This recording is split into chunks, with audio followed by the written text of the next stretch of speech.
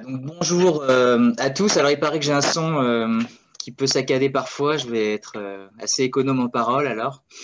Bienvenue à cette édition numérique du forum du réseau TMR. Donc, voilà, c'est une expérimentation. Il y a du plus, il y a du moins, mais il y a du nouveau. Donc ça, c'est quand même la bonne nouvelle.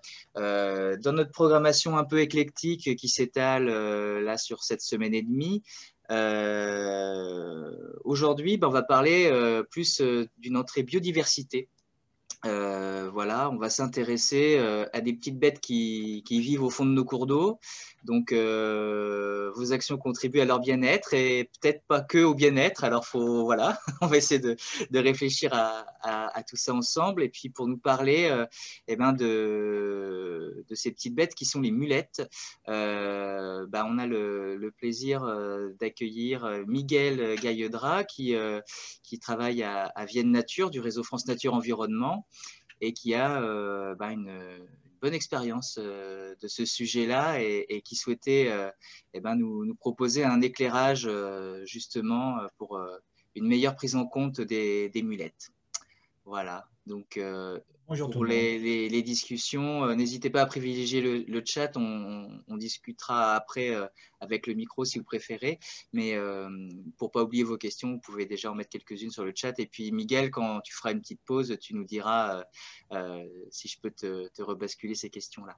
Tout à fait. Je ferai au niveau de la présentation, je ferai à mi-parcours une petite pause pour faire un premier point et voir s'il y a déjà des questions sur toute la partie biologie. Et après, on fera un point sur toute la partie plutôt expérience, prise en compte des espèces dans les travaux. Ok.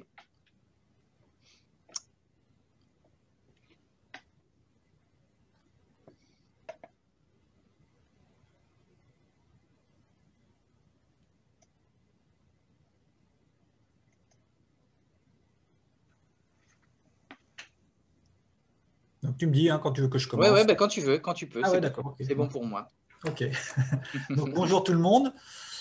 Donc, comme Jérôme l'a expliqué, donc moi, Miguel Gaïdra, je travaille à l'association Vienne Nature et j'avais sollicité Jérôme il y a quelques mois pour pouvoir présenter un projet qu'on a lancé à l'échelle de la Nouvelle-Aquitaine sur les mulettes.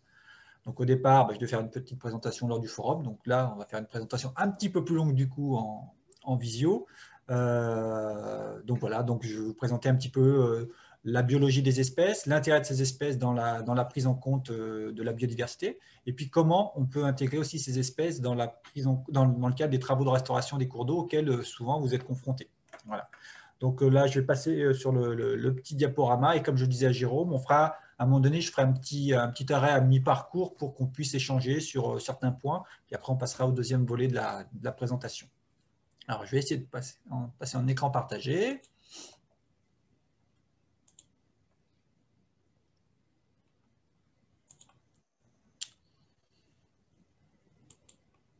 Super, ça fonctionne. Tu peux passer en plein écran si tu veux. C'est bon? Ouais, Tout le monde voit? C'est parfait? C'est bon, Jérôme? impeccable. Ok, bon, super. Donc, effectivement, les mulettes, espèces patrimoniales de nos cours d'eau, c'est un groupe qui a été pendant très longtemps délaissé par les naturalistes et donc, du coup, de fait aussi, dans leur prise en compte dans le cadre des travaux d'aménagement du territoire.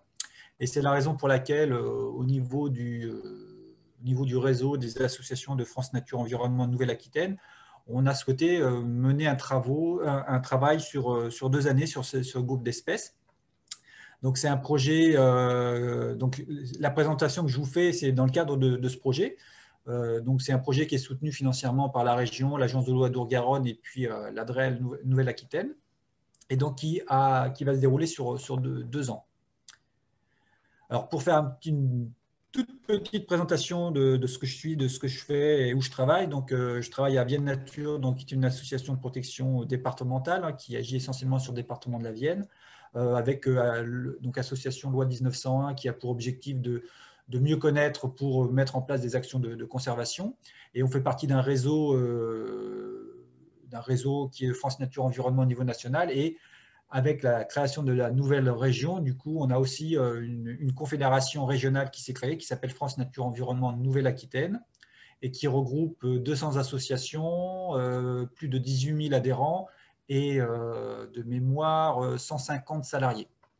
Et donc qui est réparti sur l'ensemble du territoire de la Nouvelle-Aquitaine, alors soit avec des associations départementales, soit des associations régionales, soit des associations encore plus limitées au niveau à l'échelle du territoire, ça peut être sur un canton, des choses comme ça, ou sur des thématiques.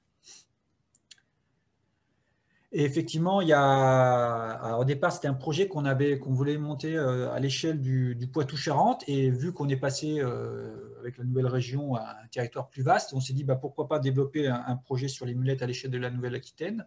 L'objectif de ce projet à court terme, c'est de tout simplement au départ connaître la liste des espèces qui sont présentes au niveau de chacun des départements dans nos cours d'eau.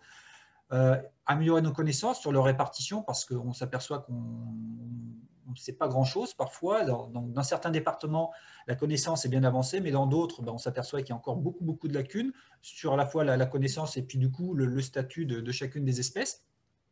Et puis l'idée aussi sur ce projet qui est mené sur 2 années, c'est de créer et d'animer un réseau d'observateurs.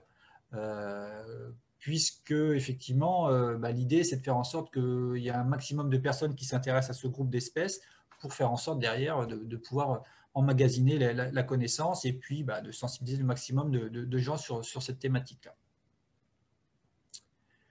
Et puis, à long terme, ce projet, bien évidemment, a pour objectif d'améliorer nos connaissances sur la répartition des espèces, qui permettra à terme de mettre en place des actions de protection, de conservation, donc avec effectivement l'idée de mieux connaître pour mieux protéger. C'est un petit peu l'idée les actions que mettent en place les associations de protection de l'environnement.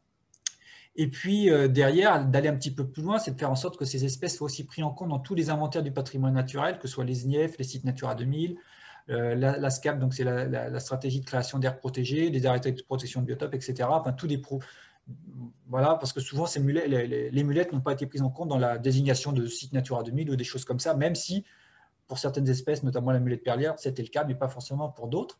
Et puis, faire en sorte que ces espèces soient prises en compte aussi dans tous les travaux d'aménagement du territoire, que ce soit la restauration des cours d'eau, la restauration des ouvrages d'art, ou tout simplement dans des actes de police, parce que nous, en tant qu'association, on est là aussi pour faire en sorte que les espèces protégées soient prises en compte, pour faire en sorte que ces espèces protégées ne soient pas détruites lors de travaux de tout type au niveau des cours d'eau. Et puis dans l'idée aussi, c'est qu'il y a dans les tiroirs du ministère un projet de plan d'action national multi-espèces sur les mulettes. Et donc l'idée aussi, c'était de faire en sorte que les associations soient en ordre de marche pour pouvoir animer éventuellement ce plan d'action national à l'échelle de nos territoires, sachant que même nous, au niveau des associations, notre connaissance sur la répartition des espèces et la connaissance des techniciens qui travaillent sur ces espèces n'était pas du tout au même niveau. Donc l'idée aussi, c'est que même au sein de notre réseau, c'est de faire en sorte que on ait aussi la connaissance et qu'on puisse, donc on a organisé des formations entre nous pour ensuite pouvoir transmettre aussi ces informations auprès des partenaires techniques de chacun des territoires.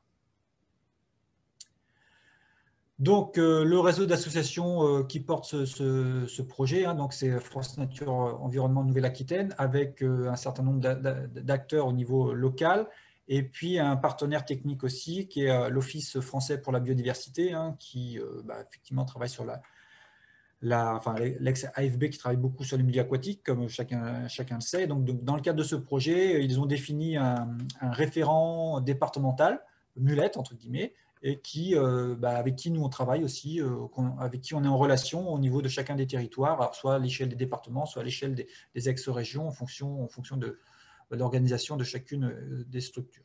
Alors l'organisation globale, et puis je vais en arrêter là sur le projet, donc c'est un projet qui est porté effectivement par France Nature Environnement Nouvelle-Aquitaine, avec une délégation à Poitou-Charentes Nature. Et puis ensuite, il y a des coordinations territoriales sur les ex-régions. Donc en Aquitaine, c'est Sisteune Nature qui le fait. En Poitou-Charentes, c'est Poitou-Charentes Nature. En Limousin, Limousin Nature Environnement. Et puis après, en fonction de l'organisation historique de chacune des structures sur les ex-régions, par exemple en Aquitaine et puis en Limousin, donc c'est des structures régionales, qui travaillaient déjà à l'échelle de régions, donc ils continuent à travailler comme ça. Et puis par contre, en Poitou-Charentes, nous on travaille à l'échelle départementale, avec un réseau d'associations départementales. Donc, du coup, ensuite, il y a des coordinations techniques départementales qui ont été mises en œuvre pour le Poitou-Charentes. Voilà un petit peu l'organisation du projet et puis les grands objectifs. Donc, on va commencer à parler un petit peu plus précisément des mulettes. Donc, c'est quoi déjà des mulettes? Donc, ça fait partie de l'embranchement des mollusques. Donc, après, les mollusques, bah, c'est très diversifié au niveau de ce groupe-là. Et donc là, les mulettes, ça fait partie des mollusques continentaux, donc qui regroupent deux classes, à savoir les gastéropodes et les bivalves. Et donc, nous, l'idée, c'est de travailler sur les bivalves. Je ne dis pas que les gastéropodes ne sont pas du tout intéressants, mais là, en tout cas, au niveau des milieux aquatiques, on travaille essentiellement sur les bivalves. Donc, les bivalves représentent, il y a à peu près 42 espèces qui sont connues à l'échelle nationale pour l'instant, et au niveau des bivalves, il y a deux grandes c'est des ordres, hein, donc l'ordre des Vénéridés et l'ordre des Onionidae. Donc, les Vénéridés, ça regroupe toutes les espèces de petite taille. Donc, il y a quasiment une trentaine d'espèces. Vous voyez hein, sur la photo, il y a des espèces qui peuvent faire quelques millimètres, ça va de 2-3 mm à maximum 1 cm hein, pour les espèces. Et puis, alors, sauf si on y inclut la corbicule, qui est une espèce invasive, hein, qui fait partie des Vénéridés, mais qui est d'une taille un petit peu plus importante. Et puis, bah, l'ordre sur lequel nous on travaille, c'est ce qu'on appelle les grandes moules d'eau douce, donc les mulettes ou les naïades, donc qui regroupent là par contre, bah, il y a une dizaine d'espèces présentes en France, autochtones. Après, comme toujours, il y a des espèces invasives hein, qui arrivent. Et donc, bah, au niveau de ces de cet ordre-là, il y a deux grandes familles. Donc, il y a la famille des Oniodidés qui regroupe 5 genres. Donc, les Onios, les Anodontes, les Pseudonodonta, les Potomida et Synodonta, qui est une espèce exotique, hein, c'est la moule chinoise. Et puis, la famille des Margaratiferidae avec 2 genres. Donc, bah, Margaratiferidae et puis Pseudonio. Sachant qu'il y a encore 2-3 ans, il y avait qu'une famille, hein, donc qui regroupait 2 espèces, donc les Margaratiferidae. Donc voilà, donc là c'est vraiment les bivalves de taille assez importante, qu'on appelle les mulettes ou naïades. On trouve aussi cette terminologie dans certains ouvrages. Donc, espèces patrimoniales de nos cours d'eau. Quand on regarde un petit peu la liste des espèces présentes en France, donc en plus c'est bien parce que là, il n'y a pas 50 000 espèces, donc on peut faire les listes assez rapidement. Donc, sur les 10 espèces autochtones qui sont présentes en France, il y en a 9 qui sont présentes en Nouvelle-Aquitaine. Donc, il n'y a que la mulette enflée, donc Uniotumidus, qui n'est pas présente en Nouvelle-Aquitaine. C'est une espèce qui est plutôt présente à l'est de la France. Quand on regarde un petit peu cette liste-là, sur les 9 espèces présentes en Nouvelle-Aquitaine, il y en a 3 qui sont protégées sur le plan réglementaire, donc pour lesquelles il y a une réglementation stricte qui s'applique pour la prise en compte dans les programmes de préservation. Il y en a 4 qui sont d'intérêt communautaire. Donc, elles sont inscrites sur des annexes, donc l'annexe 2, 4 ou 5 de la directive européenne Faune-Flore. Et puis, quand on regarde les espèces inscrites sur les listes rouges mondiales et européennes des espèces menacées, hein, qui sont élaborées par l'Union internationale de la conservation de la nature, on s'aperçoit que sur les 9 espèces présentes en Nouvelle-Aquitaine, il y en a 5 qui sont inscrites sur la liste rouge des espèces menacées au monde. Donc, il y a la grande mulette, la mulette perlière, la mulette épaisse, la mulette des rivières et l'anodonte comprimé. Donc, quand on parle d'espèces patrimoniales, vraiment, là, quand on regarde ça, bah, voilà, il y a plus de la moitié des espèces qui sont inscrites sur des listes d'espèces menacées. Donc, voilà. Alors, il n'existe pas encore de liste rouge nationale, mais elle est en cours d'élaboration. Et de ce que j'ai cru entendre, c'est que même des espèces qui étaient considérées comme pas menacées à l'échelle mondiale ou européenne, notamment les anodontes, l'anodonte des rivières et l'anodonte des étangs, vont intégrer la liste rouge nationale prochainement. Donc, c'est-à-dire que bah, voilà, les travaux menés à l'échelle nationale font que même les espèces dites encore non menacées à l'échelle mondiale européenne, on s'aperçoit qu'en France, elles le sont. Donc tout ça, c'est corroboré avec du coup un rapportage sur Natura 2000 sur les espèces d'intérêt communautaire. Donc il y en a 4, hein, donc la grande mulette, la mulette perlière, la mulette épaisse et la mulette méridionale. Donc là, c'était un audit entre guillemets sur l'état de conservation de ces espèces à l'échelle européenne. Et là, on s'aperçoit que même ces espèces-là sont dans un état de conservation défavorable sur le domaine géographique atlantique et continental. Alors, on est un petit peu moins concerné par le continental, sauf dans le Limousin, mais malgré tout, là aussi, on s'aperçoit que même ces espèces-là ont des statuts de conservation très défavorables sur ces milieux-là. Donc, du coup, on va dans le même sens, c'est-à-dire que voilà, espèces patrimoniales, espèces menacées à l'échelle de nos territoires. Donc, c'est la raison pour laquelle on avait décidé de s'y intéresser. Alors, espèces patrimoniales, mais aussi espèces indicatrices de l'état des cours d'eau. Moi, je cite souvent, je considère que les mulettes sont des espèces indicatrices au même titre que peuvent l'être les poissons. On parle souvent d'indice poisson, mais effectivement, on n'a jamais mis en place d'indice mulette, mais pourquoi pas? Ça pourrait être très bien un très bon indice. Alors, tout simplement indicatrice de la qualité des milieux, de par leur biologie. Donc, c'est des espèces filtreuses. Donc, une mulette peut filtrer jusqu'à 30 à 40 litres d'eau par jour. Donc, forcément, lorsqu'il y a des problèmes de qualité d'eau, des pollutions, elles sont souvent les premières impactées liées à ces problèmes de pollution. Comme elles sont filtreuses, elles jouent aussi le rôle d'accumulateurs. Voilà, elles peuvent accumuler un certain nombre de substances toxiques et qui, à terme, va les faire mourir ou va dérégler leur fonctionnement interne. Forcément, comme c'est des espèces qui vivent dans le milieu aquatique, la quantité d'eau est aussi un critère majeur pour leur survie et leur conservation. On peut parler de débit minimum biologique, mais aussi lorsqu'il y a des ruptures d'écoulement au niveau des cours d'eau, forcément, ces espèces sont impactées. Il faut de l'eau de bonne qualité, mais aussi de l'eau en quantité suffisante. Et dans certaines régions, certains secteurs de nos régions, les assecs des cours d'eau sont de plus en plus constants. Et si chaque année, il y a des assecs de cours d'eau, forcément, les populations de mulettes seront fortement impactées.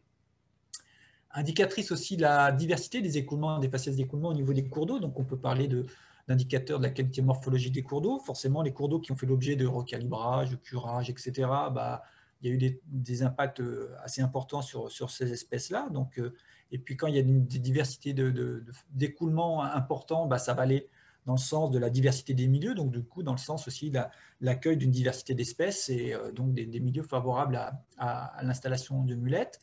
Et puis, un facteur aussi important, elles sont aussi indicatrices de la libre circulation piscicole, puisque de par leur cycle biologique, elles ont besoin des poissons pour pouvoir, en phase larvaire, pour pouvoir se déplacer, entre guillemets, et puis se multiplier. Donc, du coup, sur les cours d'eau dans lesquels il y a des cloisonnements, où la libre circulation piscicole n'existe plus, ou même on verra aussi qu'il y a aussi le côté recharge, transport des matériaux qui est aussi important pour leur conservation, forcément, elles sont aussi impactées. Donc voilà, donc à ce titre-là, on peut considérer vraiment que les mulettes sont des espèces de très bons indicateurs de la qualité des milieux. Et puis, disons qu'à l'état adulte, les mulettes, leurs déplacements sont très limités.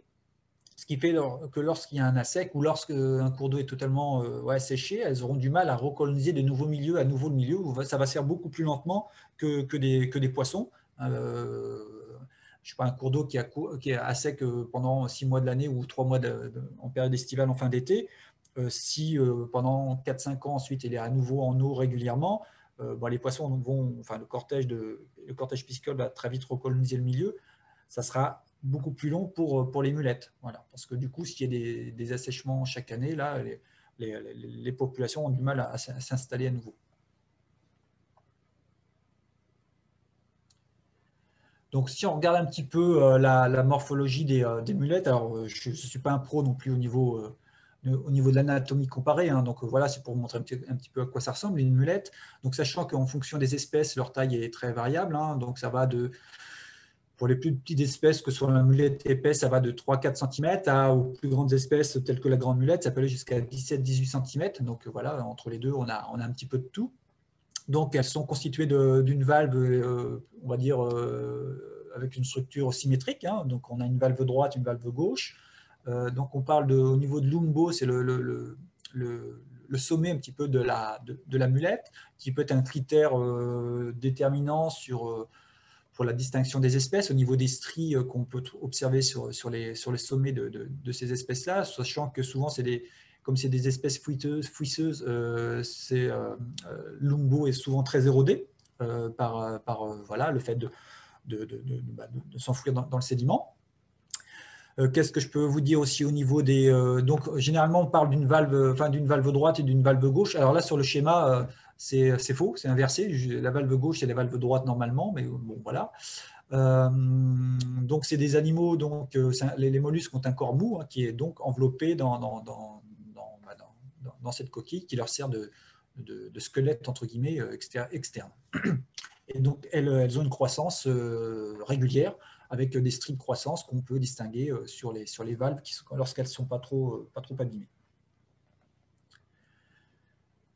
Donc la même chose, hein, c'est pour vous dire que vous rappelez que donc, les mulettes sont des espèces fouisseuses et donc du coup elles ont une anatomie adaptée pour ça. Donc elles s'enfouissent grâce à leur pied, qui est un muscle qui sort de la valve. Donc elles s'enfouissent grâce à ça, elles peuvent se déplacer grâce à ce pied aussi.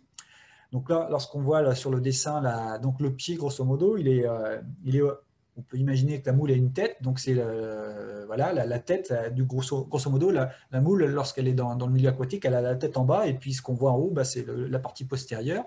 Et la partie postérieure, il y a des siphons, donc le siphon inhalant et le siphon exhalant, par lequel elle va filtrer l'eau. Et donc l'eau va passer par, en tout cas au niveau de l'anatomie de la petite bête, pour l'alimenter. Et puis c'est par là aussi qu'elle va incorporer aussi notamment les gamètes mâles pour les femelles. Qu'est-ce que je peux dire d'autre au niveau de l'anatomie? Pardon. Donc c'est des animaux qui sont généralement sexués, donc il y a mâle et femelle, mais malgré tout, dans le cadre de conditions particulières, elles ont la possibilité d'être hermaphrodites. Donc il peut y avoir aussi d'autofécondation, c'est-à-dire que lorsqu'il y a des populations qui sont présentes en très faible densité, elles peuvent, comme pas mal de mollusques, s'autoféconder et donc faire l'objet d'hermaphrodisme pour pouvoir se reproduire. Qu'est-ce que je peux dire d'autre sur la description? Donc oui, à l'état, elles s'enfouissent dans le sédiment. Souvent, ce qu'on perçoit, ce qu'on voit, donc du coup, quand on les cherche, c'est vraiment la partie immergée. Hein. Mais par contre, lorsqu'elles sont plus jeunes, donc on va dire les juvéniles, elles sont totalement enfouies dans le sédiment et puis elles filtrent l'eau qui passe dans les sédiments. Donc elles passent totalement inaperçues lorsqu'elles sont au stade juvénile. Notamment, moi je travaille beaucoup sur la grande mulette. La grande mulette, elle passe quasiment une dizaine d'années totalement enfouie dans le sédiment et passe totalement inaperçue.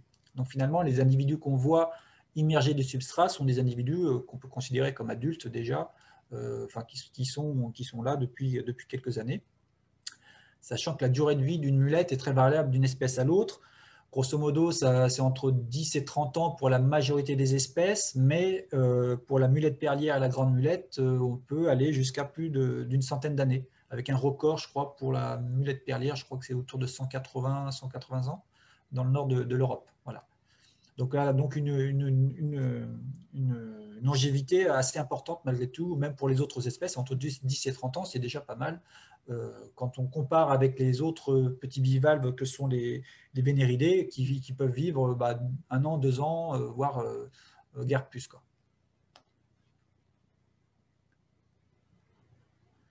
Donc là, c'est une petite photo qui vous montre. Donc là, c'est une grande mulette. Hein, donc une grande mulette, en plus, c'est des gros individus donc qu'on voit entre guillemets assez facilement dans le milieu, sachant que comme elles vivent très longtemps et elles se déplacent pas beaucoup, on s'aperçoit que voilà, il y a pas mal de bryophytes ou d'algues qui se développent sur la partie immergée. Donc elles peuvent passer facilement inaperçues. Donc ce qui permet de les observer, voilà, c'est ce qu'on appelle les siphons. Et puis, dans certains milieux, il y a des concrétions calcaires qui se déposent aussi sur les moules. Donc, du coup, la moule est totalement recouverte, des fois de 1 à 2 cm de concrétions calcaires dans certains milieux. Et là, on voit apparaître effectivement que les siphons du substrat.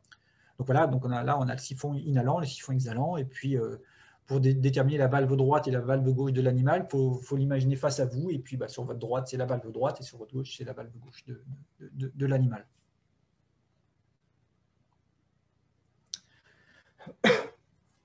Donc un cycle biologique un peu particulier, hein, je l'ai un petit peu abordé, puisqu'elles ont besoin de poissons hôtes pour pouvoir réaliser la totalité de leur cycle biologique. Donc, comme je disais, il y a des individus donc mâles et femelles, avec possibilité d'hermaphrodisme sous certaines conditions. Donc, le mâle va émettre ses gamètes dans le milieu aquatique et la femelle ou l'individu à proximité va ingérer, entre guillemets, c'est pas le bon terme, mais par son siphon inhalant, du coup, va absorber les gamètes mâles, et donc la fécondation des gamètes femelles va se faire à l'intérieur même de l'individu, ils vont être stoppés dans les cténidies au niveau de la moule pendant un certain nombre de temps. Alors ça peut être très variable, hein, le développement des gamètes, ça peut durer quelques semaines à quasiment une année en fonction des espèces. C'est-à-dire qu'il y a certaines espèces pour lesquelles la fécondation a lieu à un printemps N, et l'expulsion des larves se fera au printemps suivant. Donc quasiment un an de maturation à l'intérieur de la mulette. Donc la mulette va expulser des larves qu'on appelle des glochidies, qui ressemblent un petit peu à des Pac-Man, voilà, donc, qui sont de taille toute petite, hein, ça va de quelques micromètres à maximum, oui, c'est inférieur à 1 millimètre de toute manière. Et donc ces larves vont se fixer sur un poisson hôte pour pouvoir ensuite coloniser de nouveaux milieux, pouvoir aussi continuer leur développement. Et donc cette fixation, donc la larve de glochidie dans le milieu aquatique, elle va vivre très peu de temps, donc il faut qu'elle se fixe très rapidement sur un poisson. Et donc là, en fonction des espèces, il y a certaines espèces qui se fixent sur les branchies des poissons, il y en a d'autres qui vont se fixer un petit peu partout, sur les yeux, les nageoires, les écailles, etc. C'est comme ça qu'elles vont bénéficier un petit peu du transport des poissons pour coloniser de nouveaux milieux. Et il y a des espèces qui ont vraiment des poissons hôtes très spécifiques, notamment la mulette perlière qui ne se fixe que sur les salmonidés, et puis par exemple la grande mulette dont les glochidies ne se fixent que sur les sturgeons. Enfin, j'en parlerai tout à l'heure, pendant un temps on connaissait que les sturgeons. Donc elles vont rester fixées aussi sur ce poisson pendant plus ou moins longtemps en fonction des espèces. Au bout d'un moment, elles vont se laisser tomber dans le sédiment, et puis là, donc du coup, elles vont continuer à croître et elles restent enfouies dans le sédiment, et donc elles filtrent les écoulements qui passent dans les sédiments pendant quelques années. Et ensuite, les adultes émergent, et donc ensuite, on poursuit le cycle des espèces. Donc, vous pouvez imaginer que du coup, il y a beaucoup de mortalité de ces larves qui sont émises dans le milieu aquatique, parce qu'il faut qu'elles trouvent un poisson. Et puis, pour certaines espèces, il faut vraiment le poisson hôte, donc le poisson spécifique qui pourra permettre la reproduction d'espèces. Et puis après, lorsqu'elle se laisse tomber, il faut qu'elle tombe sur un secteur où le substrat est favorable aussi pour pouvoir vivre suffisamment longtemps pour effectuer la totalité de leur cycle. Il y avait un autre élément que je voulais dire, c'était effectivement, alors la période de reproduction, il y a certaines espèces qui vont émettre des glochidies qu'une fois par an, et puis il y en a d'autres qui peuvent le faire plusieurs fois dans l'année. Notamment, c'est le cas de la mulette épaisse ou de la mulette des rivières qui peuvent le faire 2 ou 3 fois dans l'année. Voilà. Donc ça va du printemps jusqu'à, on va dire, la fin de l'été. Il peut y avoir des libérations de glochidies dans le milieu aquatique. Sachant que la connaissance, après, pour chacune des espèces, n'est pas au même niveau que certaines espèces. On va y revenir un petit peu. Les espèces les plus menacées ont fait l'objet de beaucoup d'études. Donc du coup, on a pas mal de connaissances, mais les espèces pour lesquelles on ne s'est pas trop préoccupé, forcément, là, il y a encore plein de choses à découvrir sur leur cycle biologique et éventuellement des poissons hôtes, etc. Alors, leur milieu de vie, je veux dire qu'elles vivent dans tous les milieux aquatiques, donc que ce soit les fleuves ou les grandes rivières, hein, donc les grands cours d'eau, que sont, je sais pas, la Garonne, la Creuse, la Vienne, la Loire, etc. Mais elles vivent aussi dans les petits cours d'eau, donc dans le chevelu. Et donc là, même, souvent, il est plus facile de les trouver dans ces petits cours d'eau que dans les grands cours d'eau, puisque, entre guillemets, comme la masse d'eau est plus faible, on les trouve plus facilement que sur un cours d'eau tel que la Vienne ou la Creuse, qui font parfois plusieurs dizaines de mètres de large, et du coup, avec des profondeurs plus ou moins importantes, et du coup, plus difficile à trouver des individus vivants, en tout cas. Et puis, il y a aussi des espèces qui peuvent se développer dans les milieux stagnants, que sont les étangs ou les mares, hein, donc, notamment l'anodonte des étangs, mais on peut retrouver des fois certaines zoonios, alors nous on n'a pas de lac chez nous, mais qui peuvent aussi effectuer la totalité de leur cycle biologique en milieu stagnant. Et enfin, bah forcément, comme c'est des espèces fouisseuses, et ben elles ont besoin de sédiments, en tout cas dans lesquels elles puissent s'installer. Donc là aussi, c'est très variable en fonction des espèces. Il y a des espèces qui ont besoin de milieux très stables, tels que la grande mulette, et puis il y en a d'autres qui sont plutôt dans des milieux un petit peu plus fins, dans des zones plutôt sableuses. Et donc du coup, bah, il faut aussi du substrat dans les cours d'eau. Donc du coup, comme vous le savez, parce que vous travaillez beaucoup là-dessus, on s'aperçoit que l'incision des cours d'eau, etc., a fortement érodé ces cours d'eau. Et sur certains secteurs, il n'y a plus du tout de matelas alluvial. Et qui dit pas de matelas alluvial dit impossibilité pour les espèces forcément de se développer, hein, puisqu'il n'y a pas le substrat qui leur permet de réaliser la totalité de leur cycle biologique. Donc, la recharge de cours d'eau en matériaux est aussi essentielle pour la conservation de ces espèces, quoi. Donc, du coup, même chose lorsqu'on parle de continuité écologique au niveau des espèces, bah, la continuité écologique au niveau des sédiments, hein, est aussi très important pour les mulettes.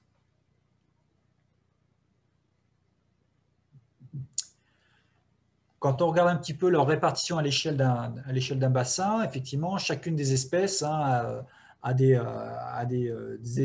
exigences écologiques, hein, différentes. Pour schématiser, parce que bon, ça, voilà, donc là vous avez l'image d'une répartition théorique des espèces à l'échelle d'un bassin. Donc effectivement, sur les parties amont, généralement on trouve la mulette perlière, hein, donc quasiment, même des fois, c'est la seule espèce qu'on retrouve sur ces milieux-là, sur les milieux cristallins. Et puis après, sur les zones aval, on va retrouver d'autres espèces. Mais entre les deux, bien évidemment, on va retrouver un cortège d'espèces plus ou moins variées. Notamment sur les parties aval, on peut trouver plutôt l'anodonte des étangs, et puis notamment la grande mulette qui retrouve plutôt sur les parties aval des grands cours d'eau. Mais après, bon, cette petite répartition à l'échelle d'un bassin est un petit peu perturbée aussi par ce qu'a fait les aménagements anthropiques, hein. Faut imaginer que forcément, il y a des étangs qui ont été créés, donc il y a du réempoisonnement qui a été fait au niveau de certains cours d'eau dans le cadre du développement halieutique, ce qui fait que ça a perturbé un petit peu la répartition de ces espèces. C'est-à-dire qu'il y a des espèces qu'on peut retrouver à l'exutoire des étangs pour lesquelles qui ne devraient pas être là normalement. Enfin, voilà. Donc c'est un petit peu perturbé, un petit peu tout ça, cette répartition théorique par toutes les interventions humaines qui ont été menées au cours des dizaines d'années, voire des siècles sur les cours d'eau. Mais bon, voilà, on peut résumer un petit peu leur répartition par ce schéma. Donc, il faut imaginer qu'autrefois, il y avait des abondances très importantes au niveau de ces espèces. Donc, on parle notamment de pavage, hein. Il y avait des cours d'eau qui étaient totalement recouverts de ces espèces. Alors, c'est très spectaculaire et on le retrouve encore dans certaines régions du nord de l'Europe pour la mulette perlière. Donc là, vous pouvez imaginer, donc sur la photo, ce qu'on voit, la grande photo, c'est la mulette perlière. Avec, là, on peut imaginer plusieurs dizaines d'individus au mètre carré. Donc ça, c'est quelque chose qu'on ne retrouve plus dans nos cours d'eau, ou très peu. Alors effectivement, là, pour la mulette perlière, c'était très spectaculaire, mais même pour d'autres espèces telles que la mulette des rivières, lorsqu'on voit parfois le nombre de valves d'individus morts qu'on trouve sur certains cours d'eau, on peut imaginer qu'il pouvait exister aussi sur certains secteurs des pavages de ces espèces-là. Donc là, voilà, donc autrefois, il y avait sur certains cours d'eau des densités importantes de ces espèces-là, et elles contribuaient aussi, ces espèces, à l'équilibre de la rivière, puisque comme je disais tout à l'heure, ce sont des espèces filtreuses qui vont filtrer entre 30 à 40 litres d'eau par jour. Donc elles contribuent aussi à faire en sorte qu'il y ait moins de matière en suspension au niveau des cours d'eau, ce qui est favorable à la végétation pour son développement, etc. Donc c'est vraiment des espèces qui font partie effectivement de l'équilibre aussi d'une rivière. Donc malheureusement, ça, en tout cas, moi en France, j'ai jamais vu. Ça existe encore dans certaines régions vraiment du nord de l'Europe, avec notamment la mulette la mulette perlière, sur lesquelles on peut trouver encore des pavages très importants. Alors, il y a des menaces anciennes qui ont toujours existé sur ces espèces-là. Donc, il y a toujours eu de tout temps des prélèvements de ces espèces, tout simplement parce que, notamment la mulette perlière ou la grande mulette, de temps en temps, on trouvait des perles dedans. Donc, avant le développement de entre guillemets, de l'élevage de la perle à partir d'huîtres marines, ouais, les seules perles qu'on avait, c'était celles qu'on trouvait dans les moules d'eau douce. Donc on donne toujours l'exemple de la robe de Marine Médicis sur laquelle il y avait 32 000 perles qui ornaient une robe, sachant que on estime entre on trouve une perle pour 1000 à 3000 moules. Donc voilà, il y a des estimations qui prouvaient que pour avoir ces 32 000 perles qui ornaient la robe, il a fallu tuer entre 35 à 40 millions de moules pour avoir ça. Donc voilà, donc ça fait effectivement à un moment donné, ça faisait partie ça peut être aussi une des sources des menaces anciennes des espèces. Donc sur l'image, on voit que même en Bretagne, où l'espèce était encore présente dans les années 50, enfin voilà, là il y avait encore, même dans les années 50, encore de la pêche de cette espèce-là pour la recherche de perles. Et puis sur l'image de droite, on voit c'est sur la Seugne, donc une rivière qui est présente en Charente-Maritime, où là on faisait la même chose, mais pour la grande mulette. Alors c'était pour les perles, mais là il y avait très peu de perles, mais il pouvait en avoir aussi. Mais c'était aussi là pour récolter on utilisait les valves pour faire des boutons, puisque les valves des grandes mulettes pouvaient faire jusqu'à 1 cm d'épaisseur, donc on faisait c'est de la nacre. Hein. Du coup, on faisait des boutons à partir des valves de mulettes. Et là, il y avait vraiment des pêches intenses au niveau de cette rivière-là.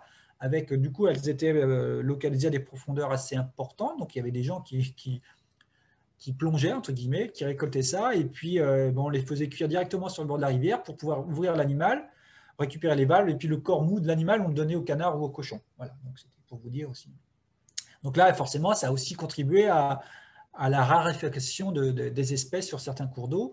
Et puis, il faut imaginer, alors on n'a pas de traces, mais qu'à certaines époques, notamment au Moyen-Âge, il y avait aussi la qualité des eaux était pas toujours favorable au niveau des cours d'eau. Hein. Quand on pense aux tanneries, des fois, les cours d'eau ont pas mal souffert à cette époque-là. Donc, on peut imaginer aussi qu'à ce moment-là, il y a eu aussi des fortes mortalités des espèces au niveau de certains cours d'eau.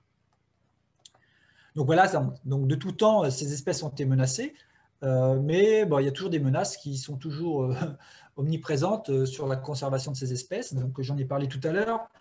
Il y a toute la dégradation physique des cours d'eau. Hein, il y a pendant quelques années, enfin maintenant c'est un peu moins le cas, mais tous les travaux de recalibrage qui ont été effectués sur les cours d'eau, on peut imaginer que lorsqu'un cours d'eau était recalibré ou curé, forcément, on se souciait bien évidemment pas des mulettes ou même d'ailleurs des autres espèces, et que là il y a eu des impacts très importants sur ces espèces-là. On peut imaginer aussi que sur la Loire, la Vienne, la Creuse, sur les grands cours d'eau qui étaient navigables, des fois il y avait des curages des cours d'eau sur les voies navigables pour permettre aux bateaux de pouvoir circuler en toute sécurité. Donc là, on peut imaginer aussi qu'il y avait un impact assez important sur les espèces qui étaient présentes au niveau des zones qui étaient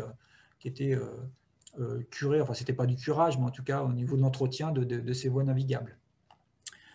Forcément, les pollutions, de la qualité de l'eau, la dégradation des qualités de l'eau avec tous les produits chimiques qui sont utilisés. Alors, comme je disais tout à l'heure, ça peut être aussi, même peut-être que déjà dès le Moyen-Âge, il y avait des cours d'eau qui avaient fortement souffert de la qualité de pollution.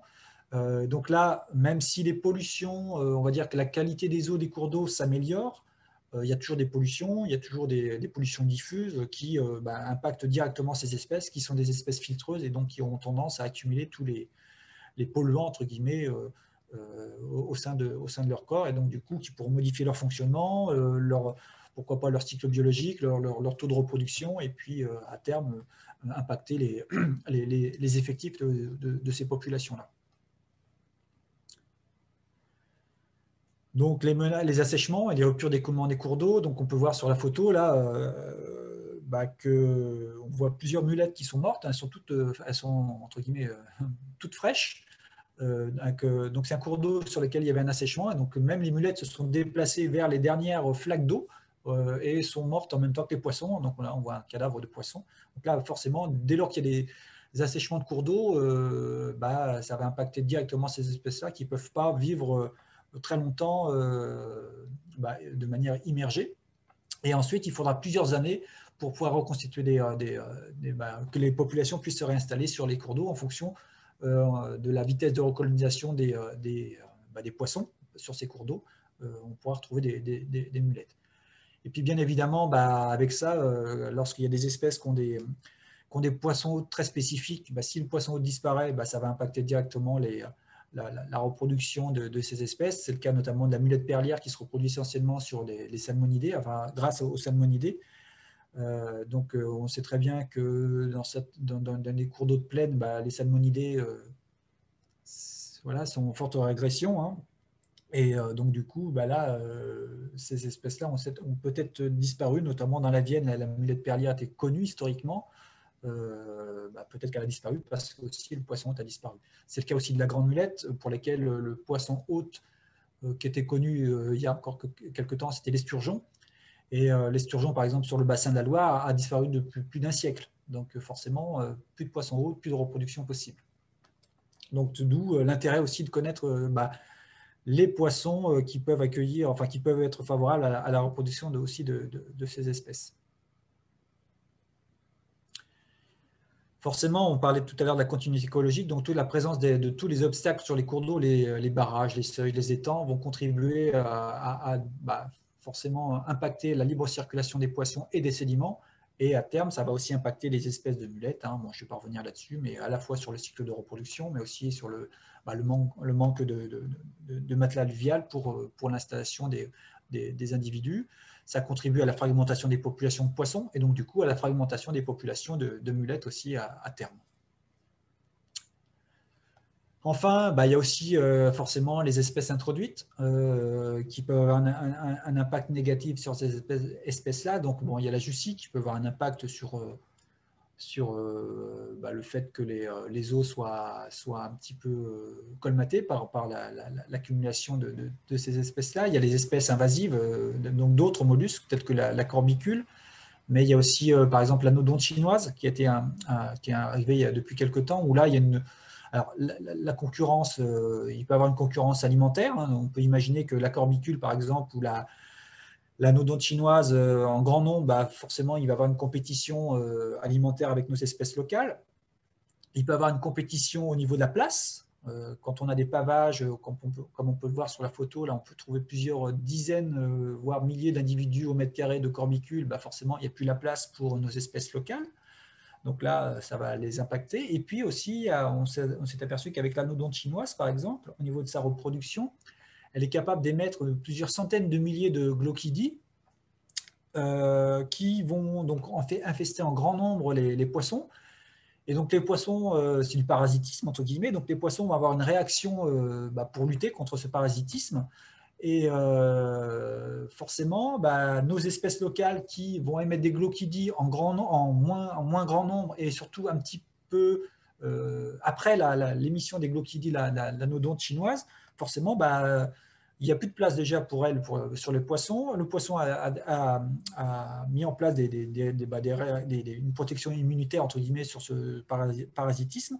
Donc forcément, nos mulettes locales n'auront plus la place pour pouvoir effectuer leur cycle biologique. Donc il y a aussi cet impact-là qu'on a du mal à imaginer, mais effectivement, il y a l'impact, entre guillemets, la compétition entre les glochidies qui peuvent s'installer sur les poissons.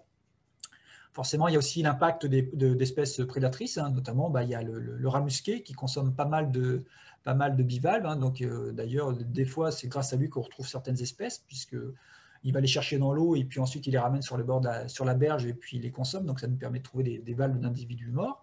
Il y a le ragondin.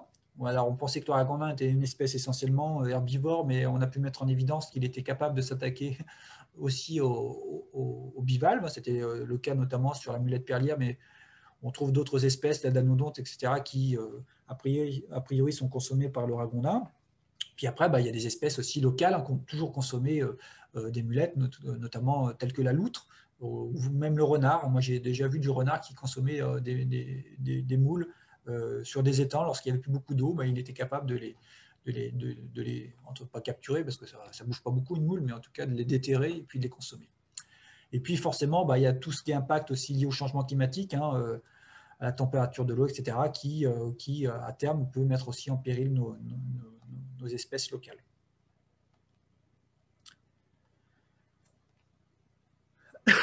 Donc, quand on veut travailler sur les mulettes, effectivement, il y a plusieurs méthodes de recherche des espèces qui donnent différentes sources, des différents types d'informations.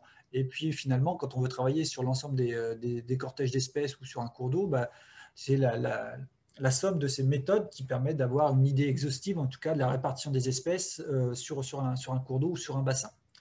Donc, la première méthode, qui est la plus simple, c'est ce qu'on appelle, nous, la récolte des valves au niveau des laisses de crue. Donc, l'idée, c'est de récolter des valves d'individus morts au niveau des berges, au niveau des radiers, qui nous permettent d'avoir des informations sur la présence d'espèces. Alors, évidemment, on ne sait pas si les individus sont toujours vivants, enfin, s'il y a encore des populations vivantes, sauf quand on trouve des individus qui sont juste morts, quand on trouve encore de la chair dans l'animal, ou lorsque les coquilles sont vraiment pas trop, enfin, les valves ne sont pas trop abîmées. On peut considérer qu'il y a peut-être une mortalité encore récente, donc ça prouverait qu'il y a encore des populations vivantes sur le cours d'eau, mais en tout cas, c'est une méthode qui est accessible pour tout le monde, c'est-à-dire qu'on n'a pas besoin d'être naturaliste, on n'est pas obligé de savoir déterminer chacune des espèces pour se lancer dans un inventaire des mulettes à l'échelle d'un cours d'eau. Déjà, l'idée, c'est de récolter ces valves, les mettre dans des petits sachets en indiquant bien la date, le lieu, etc., le cours d'eau, etc., la localisation précise. Et puis, on peut faire une détermination a posteriori, si jamais on n'est pas en capacité de le faire soi-même. On peut s'adresser à quelqu'un qui pourra le faire après, par la suite. Et puis, l'intérêt aussi de récolter ces valves, c'est que même si on fait des inventaires à la recherche d'individus vivants, des fois, sur notamment les cours d'eau calcaires, on peut trouver des valves des dizaines d'années plus tard, des valves d'individus morts des dizaines d'années plus tard, parce qu'elles ont tendance à être dégradées de manière très lente, contrairement aux zones cristallines où, par exemple, des valves de mulettes perlières vont se dégrader très rapidement dans le milieu et où on ne trouvera pas de traces de la présence de ces espèces-là. Donc, ça nous permet d'avoir aussi des indices de présence sur un cours d'eau. Par exemple, on trouve que des individus morts. Certes, c'est inquiétant, mais ça peut mettre en évidence que cette espèce était autrefois présente et que maintenant, on ne la retrouve plus. Donc, elle a vraiment disparu d'un cours d'eau. Donc, voilà, c'est un élément qui permet d'alerter, en tout cas, sur la disparition de l'espèce.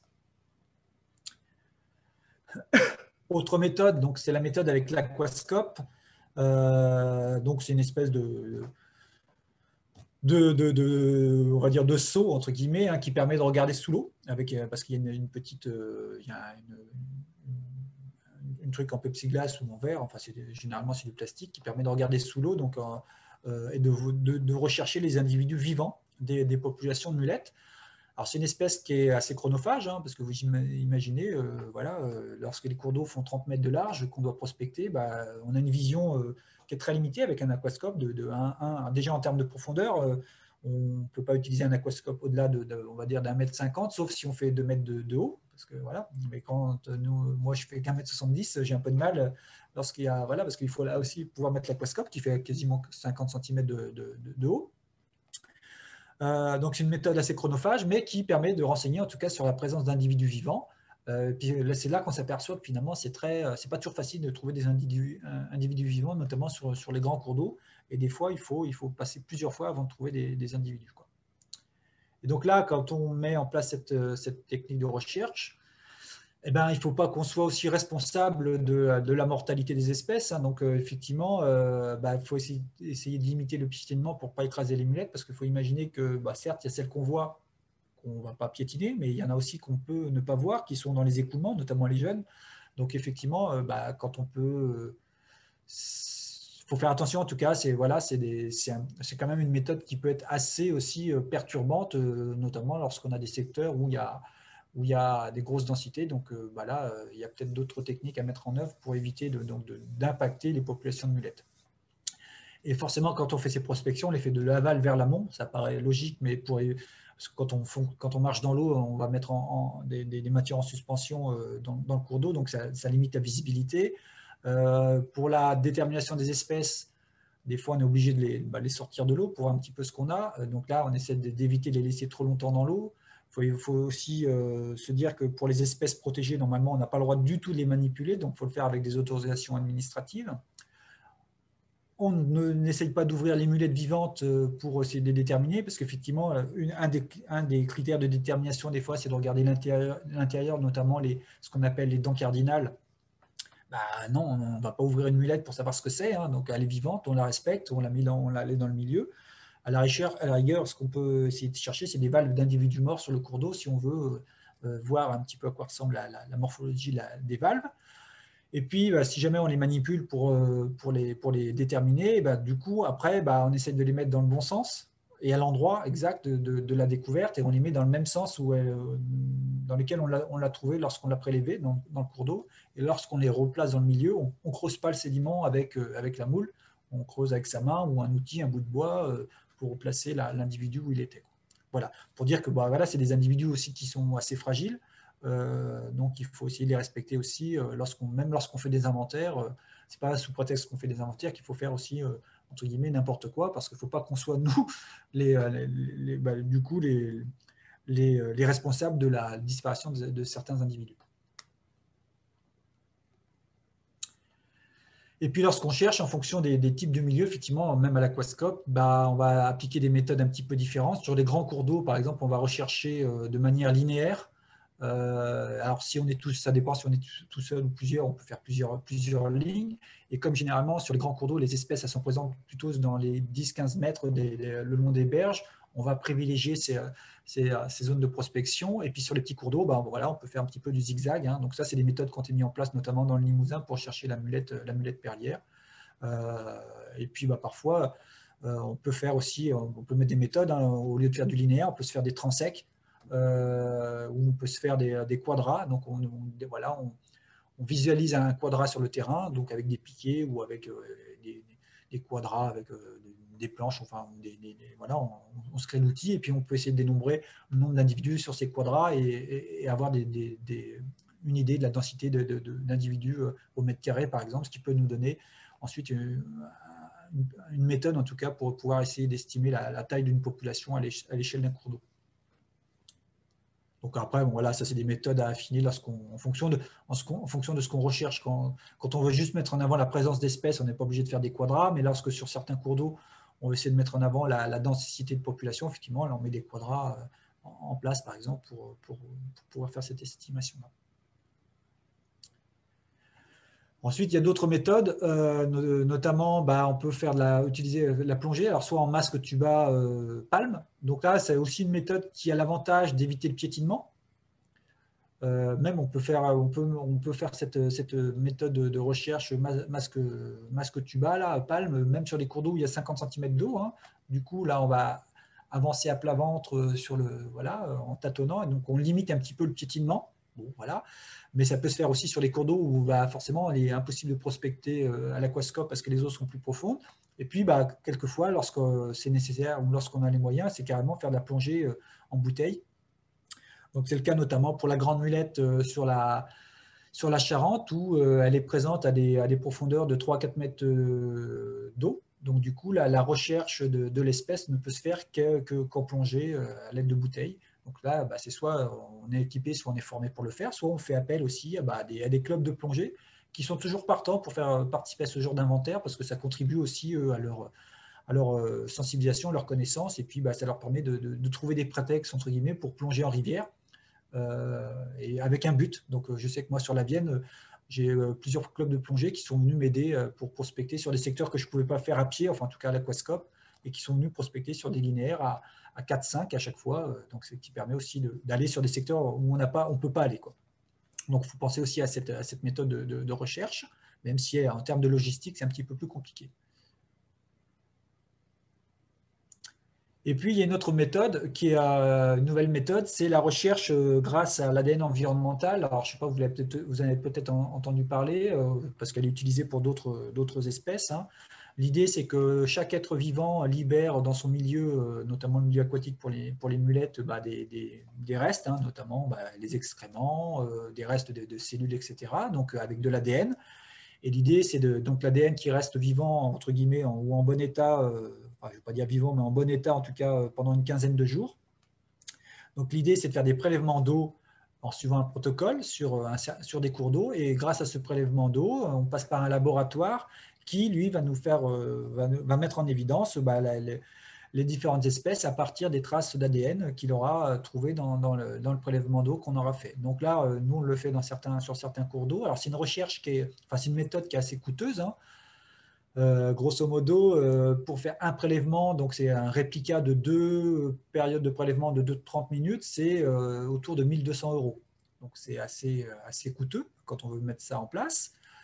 Par contre, ça nous donne une information sur, alors pas la densité d'espèces, d'individus, mais par contre sur la liste des espèces présentes, sur quand même un linéaire assez important, puisque ça peut aller de 5 à 10 km en fonction des cours d'eau.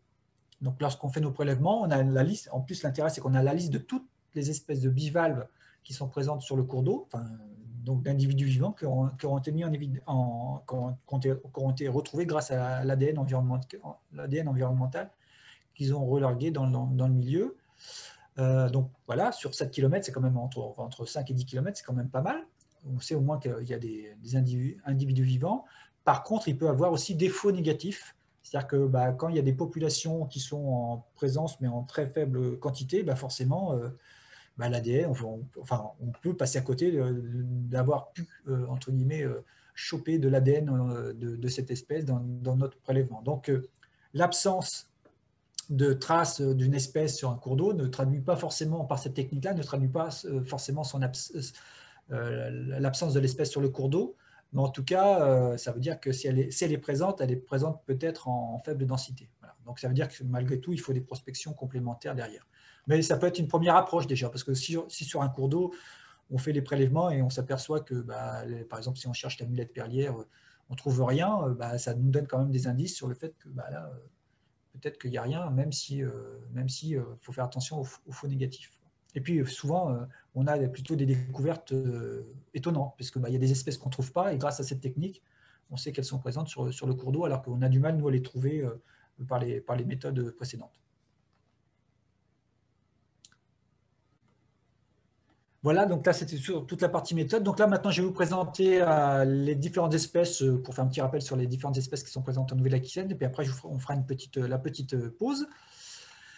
Donc, les espèces présentes, donc, comme je vous disais, la majorité des espèces sont menacées, hein, donc, à l'échelle du territoire. Donc, une des plus menacées, c'est la grande mulette, donc, qui est présente actuellement sur 5 cours d'eau de la Nouvelle-Aquitaine. Donc, c'est une espèce qui est en danger critique d'extinction au niveau mondial, qui autrefois était présente dans tous les grands cours d'eau d'Europe, enfin tous, en tout cas une majorité des grands cours d'eau. On l'a trouvé sur la Seine, sur le Rhin de mémoire, sur le Pô, enfin voilà, en Italie, sur les grands cours d'eau. Et c'est une espèce qui était considérée comme disparue de France il y a encore 20 ans. Et dans le monde, il ne restait qu'une rivière dans laquelle on la trouvait, c'était en Espagne, donc sur un canal. Et si bien que même en France, c'était une espèce qui n'était pas protégée, puisque lorsque la loi de 1976 de protection de la nature a mis en place, enfin élaboré les listes d'espèces protégées, comme l'espèce n'avait pas été revue depuis très longtemps, bah forcément, on considérait qu'elle était disparue, donc elle n'était pas protégée. Et c'est une espèce qui a été redécouverte sur le bassin de la Vienne à la fin des années 90. Et à partir de là, on a commencé à chercher et on a trouvé des populations donc, sur différents cours d'eau de France. Enfin, quand je dis de France, la totalité des populations connues actuellement vivantes sont présentes en Nouvelle-Aquitaine. Donc, il y a 9 cours d'eau, entre guillemets, au monde sur lesquels on trouve cette espèce. Donc, il y a 2 cours d'eau en Espagne et puis les autres cours d'eau sont en France. Donc, On a, dans le département de la Vienne, il y a la Vienne et la Creuse. De mémoire, il y a la Dordogne, il y a le Lay, je crois, il y a la Drône. Et puis, bah, surtout, il y a la Charente, sur lesquelles, là, on a trouvé des grosses populations qu'on estime à plus de 80 000 individus. Donc là, c'est la plus grosse population mondiale de cette espèce qui est présente notamment en Charente-Maritime du côté de Saint-Savinien. Donc, comme c'est une espèce qui était fortement en danger critique d'extinction, forcément, il y a eu des programmes assez importants qui visaient cette espèce-là. Et bah forcément, c'était une espèce pour laquelle on ne connaissait pas grand-chose. Et le poisson hôte qui était connu à l'époque, le seul poisson hôte qui était, voilà, pour lequel on savait que ça fonctionnait, c'était l'esturgeon européen. Et comme je disais précédemment, bah voilà, l'esturgeon européen sur le bassin de la Loire, c'est une espèce qui avait disparu depuis plus d'un siècle. Donc forcément, plus de poissons hôtes, plus de reproduction. Et les individus de grandes mulettes qu'on trouvait notamment sur la Vienne et la Creuse étaient des individus qui faisaient à chaque fois entre 14 et 17 cm, donc c'était des vieux individus, donc on va dire des grands-mères, hein, voilà, donc des moules qui avaient quasiment un siècle, voire plus en termes d'âge, donc du coup, voilà, c'était assez inquiétant. Dans le cadre d'un programme qui a eu, notamment, il y a un plan d'action national et il y a un LIFE qui a été mené, là, coordonné par l'Université de Tours, et là, du coup, il y a eu des recherches complémentaires sur des poissons hôtes. Et il y a d'autres poissons hôtes qui ont été mis en évidence, et notamment la lamproie marine, donc qui pourrait être le poisson hôte historique de l'espèce. En tout cas, sur la Creuse et la Vienne, ça serait vraiment le poisson hôte qui fonctionnerait très bien. Voilà. Et donc il y a d'autres espèces sur lesquelles on a trouvé avec qui ça fonctionnait. L'épinoche, la gambusie, c'était en Espagne, ça, et puis je crois qu'il y a la blénie fluviatile aussi, mais c'était en conditions en tout cas pas naturelles. Puis il y a le silure sur lesquels on s'est aperçu que ça fonctionnait. Voilà. Donc c'est un petit peu moins sexy le silure parce que bah, c'est une espèce qui a été introduite dans nos cours d'eau récemment. Donc on peut dire que ce n'était pas en tout cas le poisson hôte historique de l'espèce. Et bon, petite espèce donc fortement menacée, hein, mais on va dire que depuis quelques années, on commence à retrouver des juvéniles de cette espèce sur la Vienne, la Creuse, un petit peu sur la Charente, donc ce qui laisse penser qu'il y a à nouveau un petit peu de reproduction. Bon, malgré tout, l'espèce est encore très fortement menacée de disparition au niveau des cours d'eau sur lesquels elle est encore présente.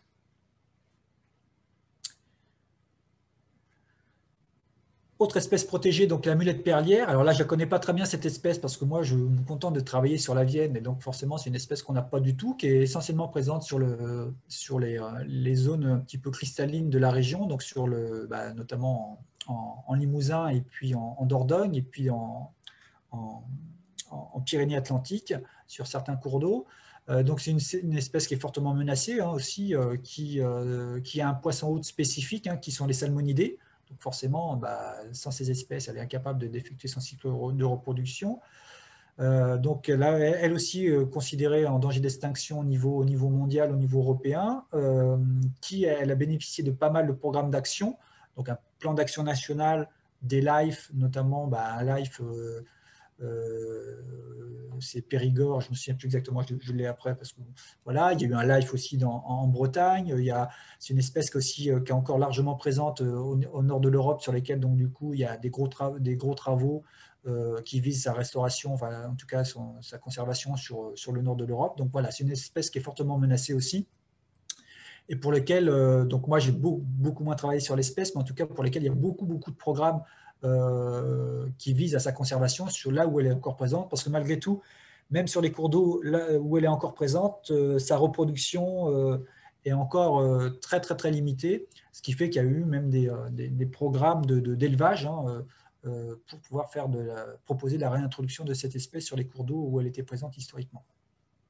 Il y aura peut-être des gens dans l'Assemblée qui pourront me dire, nous préciser les choses sur les programmes qui visent cette espèce, notamment en Limousin, sur lesquels donc, il y a eu un plan d'action régional aussi de cette espèce, il y a eu un LIFE pour cette espèce. Autre espèce protégée, donc c'est la mulette épaisse, donc Uniocrassus. Donc c'est une espèce qui est présente essentiellement pour l'instant, qui a été identifiée essentiellement sur le bassin de la Loire, principalement, et un petit peu aussi en Dordogne. Donc, ouais, je dis des bêtises parce qu'elle a été trouvée récemment aussi en Charente. Donc là, le poisson hôte, les poissons hôtes connus sont un petit peu plus variés, hein. Donc, voilà, il n'y a pas que une ou deux espèces, sachant que c'est une espèce pour laquelle il y a peut-être d'autres poissons hôtes qui existent. Malgré tout, c'est une espèce qui est aussi considérée en danger d'extinction. Alors, au niveau de sa répartition européenne, on s'aperçoit qu'elle a une aire de répartition beaucoup plus vaste. C'est la raison pour laquelle c'est une espèce qui a été inscrite à l'annexe 2 de la directive européenne. Comme elle avait une aire de répartition un petit peu plus importante, en mettant cette espèce sur l'annexe 2, l'idée aussi, c'était de faire en sorte que les autres espèces accompagnatrices puissent être aussi bénéficier des mesures de protection qui visaient cette espèce-là. Donc, espèce annexe 2 de la directive européenne, c'est-à-dire que c'est aussi une espèce qui peut bénéficier de la création de sites Natura 2000, au même titre que la mulette perlière. C'est le cas notamment en Limousin. Il y a des cours d'eau, enfin des sites Natura 2000 qui ont été désignés parce qu'il y avait la mulette perlière. Ce qui n'est pas le cas pour la grande mulette, parce que comme elle n'était pas présente, enfin pas connue, du coup, elle n'est pas inscrite à l'annexe 2 de la directive européenne. Donc voilà, la mulette épaisse, qui est une petite espèce qu'on peut retrouver dans tout type de cours d'eau, petits cours d'eau à grands cours d'eau. Effectivement, j'en ai pas parlé tout à l'heure, mais la grande mulette, on la retrouve plutôt sur les parties aval des grands cours d'eau. La mulette épaisse, on peut la retrouver sur la partie aval des grands cours d'eau, sur les parties médianes du chevelu. Après, on ne la retrouve pas forcément sur les zones cristallines, là où on trouve la mulette perlière. Donc, espèces protégées aussi. Voilà. Donc là, les trois espèces que je vous ai présentées, c'est les 3 espèces qui sont protégées sur le plan national et pour lesquelles, du coup, sur le plan réglementaire, là, il y a même dans le cadre de travaux, il faut les prendre en compte pour éviter leur disparition. Enfin, en tout cas, d'impacter en tout cas ces espèces dans le cadre de travaux. Uniomancus, donc la mulette méridionale. Alors oui, pardon, pour la mulette, je reviens sur la mulette épaisse. Il y a 2 sous-espèces. Il y a Uniocrassus crassus et il y a Uniocrassus courtilleri. Et chez nous, on aurait la Uniocrassus courtilleri, donc on appelle aussi la mulette ligérienne. Voilà. Bon, là, on peut les distinguer que à partir d'analyses génétiques des espèces. Donc la mulette méridionale, c'est aussi une espèce d'intérêt communautaire. Elle est inscrite à l'annexe 5 de la directive européenne. Ce n'est pas une espèce protégée qui est répartie un petit peu plus largement au niveau de la Nouvelle-Aquitaine. Hein.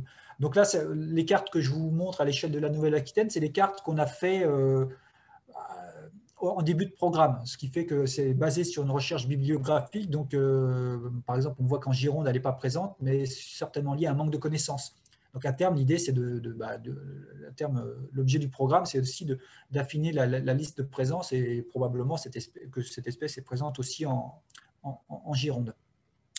Donc, c'est une espèce qu'on retrouve un petit peu partout dans les cours d'eau aussi, au même titre que la mulette épaisse. Elle est même souvent sympatrie avec la mulette épaisse. Hein. Des fois, on trouve à 10 cm l'une de l'autre, à la fois de la mulette épaisse et à la fois de la mulette méridionale. Donc là aussi, il y a 3 sous-espèces de mulette méridionale. Et chez nous, on a Uniomancus mancus, normalement, sur la partie ouest de la France. Après, les autres espèces, c'est plutôt sur la partie est de la France. Les poissons hôtes, là aussi, c'est un petit peu plus diversifié que certaines espèces. La problématique avec cette espèce, c'est que on a du mal des fois à la distinguer de la mulette des peintres, donc Uniopictorum. Donc là, la distinction à partir des critères morphologiques. Alors vous allez me dire, oh, sur les photos, ça ne se ressemble pas beaucoup. Sauf que là, sur la photo de Uniopictorum, je vous montre une forme vraiment typique de Uniopictorum, mais des fois, on a des formes un petit peu atypiques. Et la distinction à partir de critères morphologiques externes de la mulette des peintres et la mulette méridionale, des fois, est parfois très compliqué, voire quasiment impossible. Donc c'est toujours un petit peu frustrant des fois de trouver des individus et de ne pas savoir ce que c'est. Bon, voilà, on sait que c'est une mulette, mais on ne sait pas si c'est Pictorum, méridional, voire des fois, même avec Crassus, entre Crassus et Mancus, il peut aussi des fois avoir des petits soucis de détermination. Donc la même chose, c'est une espèce qui est présente quasiment partout en Nouvelle-Aquitaine. Mais pour la Vienne, par exemple, moi, il y a un mois, je ne la connaissais pas. Elle a été trouvée là, sur un cours d'eau de la Vienne grâce à l'ADN environnemental. Mais jusqu'à maintenant, nous, on considérait qu'on n'avait que de la Mancus. Et là, a priori, on a aussi de la Pictorum aussi, dans le département. Ce qui veut dire que voilà, l'état des connaissances est vraiment encore très, très, très lacunaire au niveau de ces espèces-là. Donc, c'est une espèce qui n'est pas forcément protégée, qui n'est pas inscrite sur les listes rouges, mais malgré tout, bah voilà, c'est une espèce, comme je disais, indicatrice de la qualité des milieux. Donc moi, je considère que c'est aussi une espèce patrimoniale. Sachant que dans la patrimonialité, j'en ai pas parlé, mais il y a aussi le fait d'être inscrite sur les espèces, la liste des espèces déterminantes. C'est-à-dire que c'est des espèces qui peuvent être un argument pour la création de SNIEF. Et en Poitou-Charentes, par exemple, toutes les mulettes sont inscrites sur la liste des espèces déterminantes. Et c'est le cas aussi, je crois, en Limousin, en Nouvelle-Aquitaine, de mémoire, elles ne le sont pas toutes. Parce que là, c'est vrai que la connaissance en ex-Aquitaine n'est pas forcément la même au niveau de ces espèces-là. La mulette des rivières, donc elle, c'est une espèce qui n'est pas protégée sur le plan national, qui est quand même considérée comme en danger critique d'extinction au niveau mondial. Et quand on regarde son aire de répartition mondiale, on s'aperçoit qu'elle est présente en Espagne et simplement en France, et en plus sur la partie pas sud de la France, mais en tout cas méridionale, ce qui fait que voilà, on a une responsabilité vis-à-vis de cette espèce. Alors effectivement, on la trouve partout dans les cours d'eau normalement de Nouvelle-Aquitaine, mais c'est une espèce sur laquelle on s'aperçoit qu'il y a une grosse mortalité. Moi, c'est vraiment l'espèce typique sur laquelle on trouve des valves, des fois en quantité très importante sur les cours d'eau, mais pour lesquels on ne trouve plus du tout d'individus vivants. Ou alors on va trouver un individu ou un jeune, voilà, alors qu'on trouve des valves des fois qui font des individus morts qui font jusqu'à 6-7 cm de taille, et on trouve les individus vivants qu'on trouve, ils font tous 2-3 cm. On ne trouve pas plus.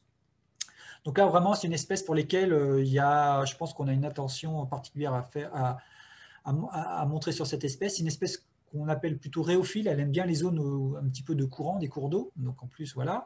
Et les poissons hôtes connus pour l'instant, il n'y en a que deux, c'est la truite et puis le barbeau. C'est peut-être lié aussi au fait de sa disparition. Alors après, même chose, au niveau des poissons hôtes, il y a des espèces qui ont fait l'objet de beaucoup moins d'études que les espèces les plus menacées, ce qui fait qu'on connaît beaucoup de choses. C'est possible qu'il y ait d'autres poissons hôtes qui existent pour cette espèce-là, et qui y a encore des poissons hôtes qui n'ont pas été mis en évidence, qui sont inconnus. Ensuite, on passe aux anodontes.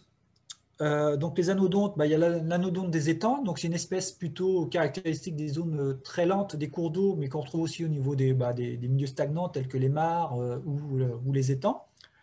Donc c'est une espèce qui n'est pas forcément menacée, où là, même chose en termes de connaissances, on est un peu limité parce que c'est une espèce qu'on ne va pas retrouver au niveau de tous les cours d'eau. Par contre, au niveau des étangs, c'est une espèce qui peut avoir des fois des abondances assez importantes. Donc là aussi, il y a des choses à améliorer au niveau de sa reconnaissance. Et là, du coup, les poissons hôtes, ils sont un petit peu plus importants. Il y a beaucoup de poissons hôtes, notamment pas mal de cyprinidés qu'on retrouve forcément dans les milieux stagnants, qui peuvent accueillir les glochidies de cette espèce-là.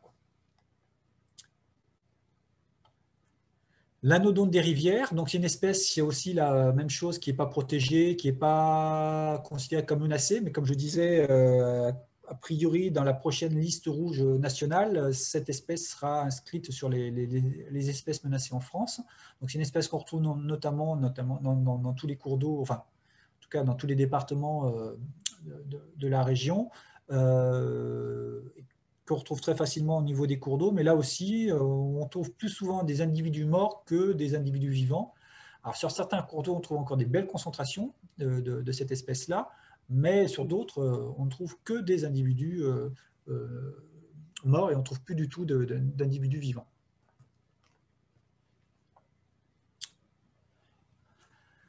Enfin, l'anodonte comprimée, donc Pseudanota complanata, alors elle, c'est l'inconnu, cette espèce, considérée aussi comme vulnérable au niveau mondial, mais pour lesquelles on a très peu de données. C'est une anodonte qui est de taille inférieure aux deux précédentes, qui est très fine, et du coup, pour lesquelles on a très peu d'informations.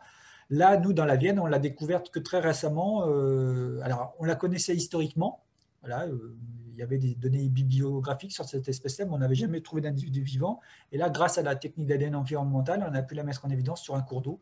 Donc, du coup, voilà, on sait qu'elle y est. On ne l'a pas trouvée, enfin, on ne l'a pas encore trouvée physiquement, mais on sait qu'elle est présente sur certains cours d'eau. Donc là, c'est une espèce aussi pour lesquelles il y aurait une attention particulière dans sa connaissance. C'est une espèce qui est plutôt présente au niveau des zones pourrait partager grosso modo les mêmes milieux que l'anodonte des étangs au niveau des rivières, par contre. Tu vois, plutôt sur des zones un petit peu stagnantes, des zones un petit peu profondes, ce qui peut-être aussi explique le peu de connaissances qu'on a sur cette espèce, parce qu'elle est peut-être sur des zones plus profondes, donc plus difficiles à prospecter. Et puis le fait que les valves soient très fragiles aussi peut aussi être responsable de du fait qu'on ne trouve pas d'individus morts aussi de ces espèces-là. Et puis forcément, il y a aussi les espèces exotiques. Il y a l'anodonte chinoise dont je vous parlais tout à l'heure, qui a été découverte dans 2 départements, malheureusement, dans les Deux-Sèvres et puis en Charente-Maritime. Donc espèce qui est originaire d'Asie et qui peut impacter fortement nos espèces locales, donc des individus qui peuvent faire une taille assez importante avec éventuellement des densités importantes, notamment je crois que c'est sur le bassin du Rhône en France, où il commence à y avoir des secteurs où il y a des grosses concentrations de l'anodonte chinoise sur ces secteurs-là. La corbicule, donc c'est pas entre guillemets, c'est pas une mulette, mais voilà, c'est une espèce exotique qui a été introduite, qu'on retrouve maintenant partout. Alors là, j'ai mis corbicule asiatique, il faudrait prendre ça un petit peu avec pincette, parce qu'a priori, ce ne serait pas forcément la corbicule asiatique, ça pourrait être aussi la corbicule japonaise. Bon, voilà, donc c'est un petit peu compliqué, mais en tout cas, elles viennent toutes de l'Asie. Et donc, du coup, elles, pareil, elles ont un cycle de reproduction assez important et elles colonisent très rapidement les cours d'eau de la région, là où elles ne sont pas encore présentes. En l'espace de 15 ans, dans la Vienne, par exemple, on la retrouve quasiment sur tous les réseaux hydrographiques du département. D'autres espèces que je ne connais pas très bien, qui sont aussi des espèces invasives, qu'on retrouve plutôt sur les zones de navigation. Enfin, voilà, parce qu'elles se fixaient avec leur byssus sur notamment les coques des bateaux. Donc c'est la moule d'Amérique et puis la moule zébrée. Voilà, bon, alors là, c'est pas des mulettes non plus, mais bon, voilà, ça fait partie des bivalves aquatiques sur lesquels il faut se pencher, parce qu'effectivement, elles peuvent poser des problèmes au niveau de la concurrence, au niveau de nos espèces locales. Des fois, on trouve notamment des moules zébrées, de moules d'Amérique fixées sur nos moules, carrément. Donc forcément, ça peut limiter, ça peut impacter nos espèces locales. Voilà un petit point sur les espèces. Alors, si vous voulez aller un petit peu plus loin, il existe des outils, notamment, moi, je vous recommande de faire l'acquisition d'un bouquin qui s'appelle Naïades et autres bivalves de France, qui a été publié il y a un an et demi, par Vincent Prié, et qui fait vraiment, voilà, c'est la première synthèse nationale, en tout cas, sur ces espèces, à la fois les grandes moules, mais aussi les vénéridés, hein, donc c'est intéressant. Il y a une clé de détermination. Alors, les clés de détermination, c'est toujours un petit peu frustrant parce qu'il y a plein d'espèces pour lesquelles, des fois, on ne sait pas ce que c'est quand on l'a en main. Donc, il y a différentes clés avec différents critères. Donc, voilà. Donc, il faut confronter différentes clés pour pouvoir, des fois, pouvoir mettre un nom sur une espèce, sachant qu'au niveau des moules, il y a aussi, des fois, des grosses différences morphologiques en fonction des cours d'eau où elles sont. La mulette méridionale de la Vienne ne va pas forcément ressembler à la mulette méridionale de l'Est de la France. Donc voilà, donc il y a aussi, ça peut être aussi des fois ça peut amener aussi des confusions des fois au niveau de la détermination. Voilà, j'en ai fini pour la première partie sur la présentation du projet, l'intérêt de ces espèces-là, etc. Donc, si vous avez des questions, là, voilà, on peut faire un petit point sur ces questions-là. Merci Miguel pour cet exposé super complet, clair et détaillé. Donc, il y a quelques questions. Je te propose de les aborder assez rapidement si tu veux qu'on parle aussi des impacts sur les travaux parce que l'heure avance un peu. J'ai vu ça. Alors, on va se laisser quand même un bon quart d'heure de rab, hein, effectivement, pour aborder quand même le sujet. Une question sur les ASEC. Alors, c'était Laure qui posait la question. Est-ce que les ASEC entraînent la mort systématique des individus? Et si on a une notion de temps, peut-être, parce qu'il y a peut-être quelques mulettes qui s'enfouissent, par exemple. Ouais, alors il faut se dire que alors, j'ai pas mesuré, mais elles ne peuvent pas résister à plus allez, une journée, 2 jours d'assec, quoi. Voilà. Par contre, elles sont capables, elles le sentent hein, quand il y a entre guillemets, un abaissement des niveaux d'eau, donc elles sont capables de se déplacer et de se réfugier vers les secteurs où il y a encore des flaques. Donc des fois, même sur un cours d'eau où il y a des assèchements, quand il y a des flaques qui sont assez profondes, qui ne vont jamais s'assécher au cours de l'été, il peut y avoir des individus qui arrivent à survivre lors de cette période d'assec. Et moi, j'ai l'exemple d'un cours d'eau qui avait été totalement asséché il y a une dizaine d'années, où là, du coup, il y avait une mortalité totale de toutes les mulettes.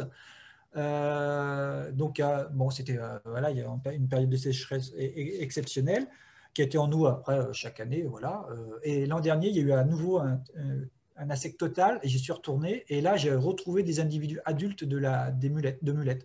C'est-à-dire qu'en 10 ans, bah, il y avait à nouveau des individus qui avaient pu se développer et on avait, avec des individus encore adultes. C'est-à-dire que même quand il y a un assec, quand c'est vraiment un épisode ponctuel, une année sur 10, 15, on peut dire qu'il y aura peut-être potentialité et une recolonisation possible. Par contre, si c'est un assec annuel, là, on peut se dire qu'il n'y aura rien.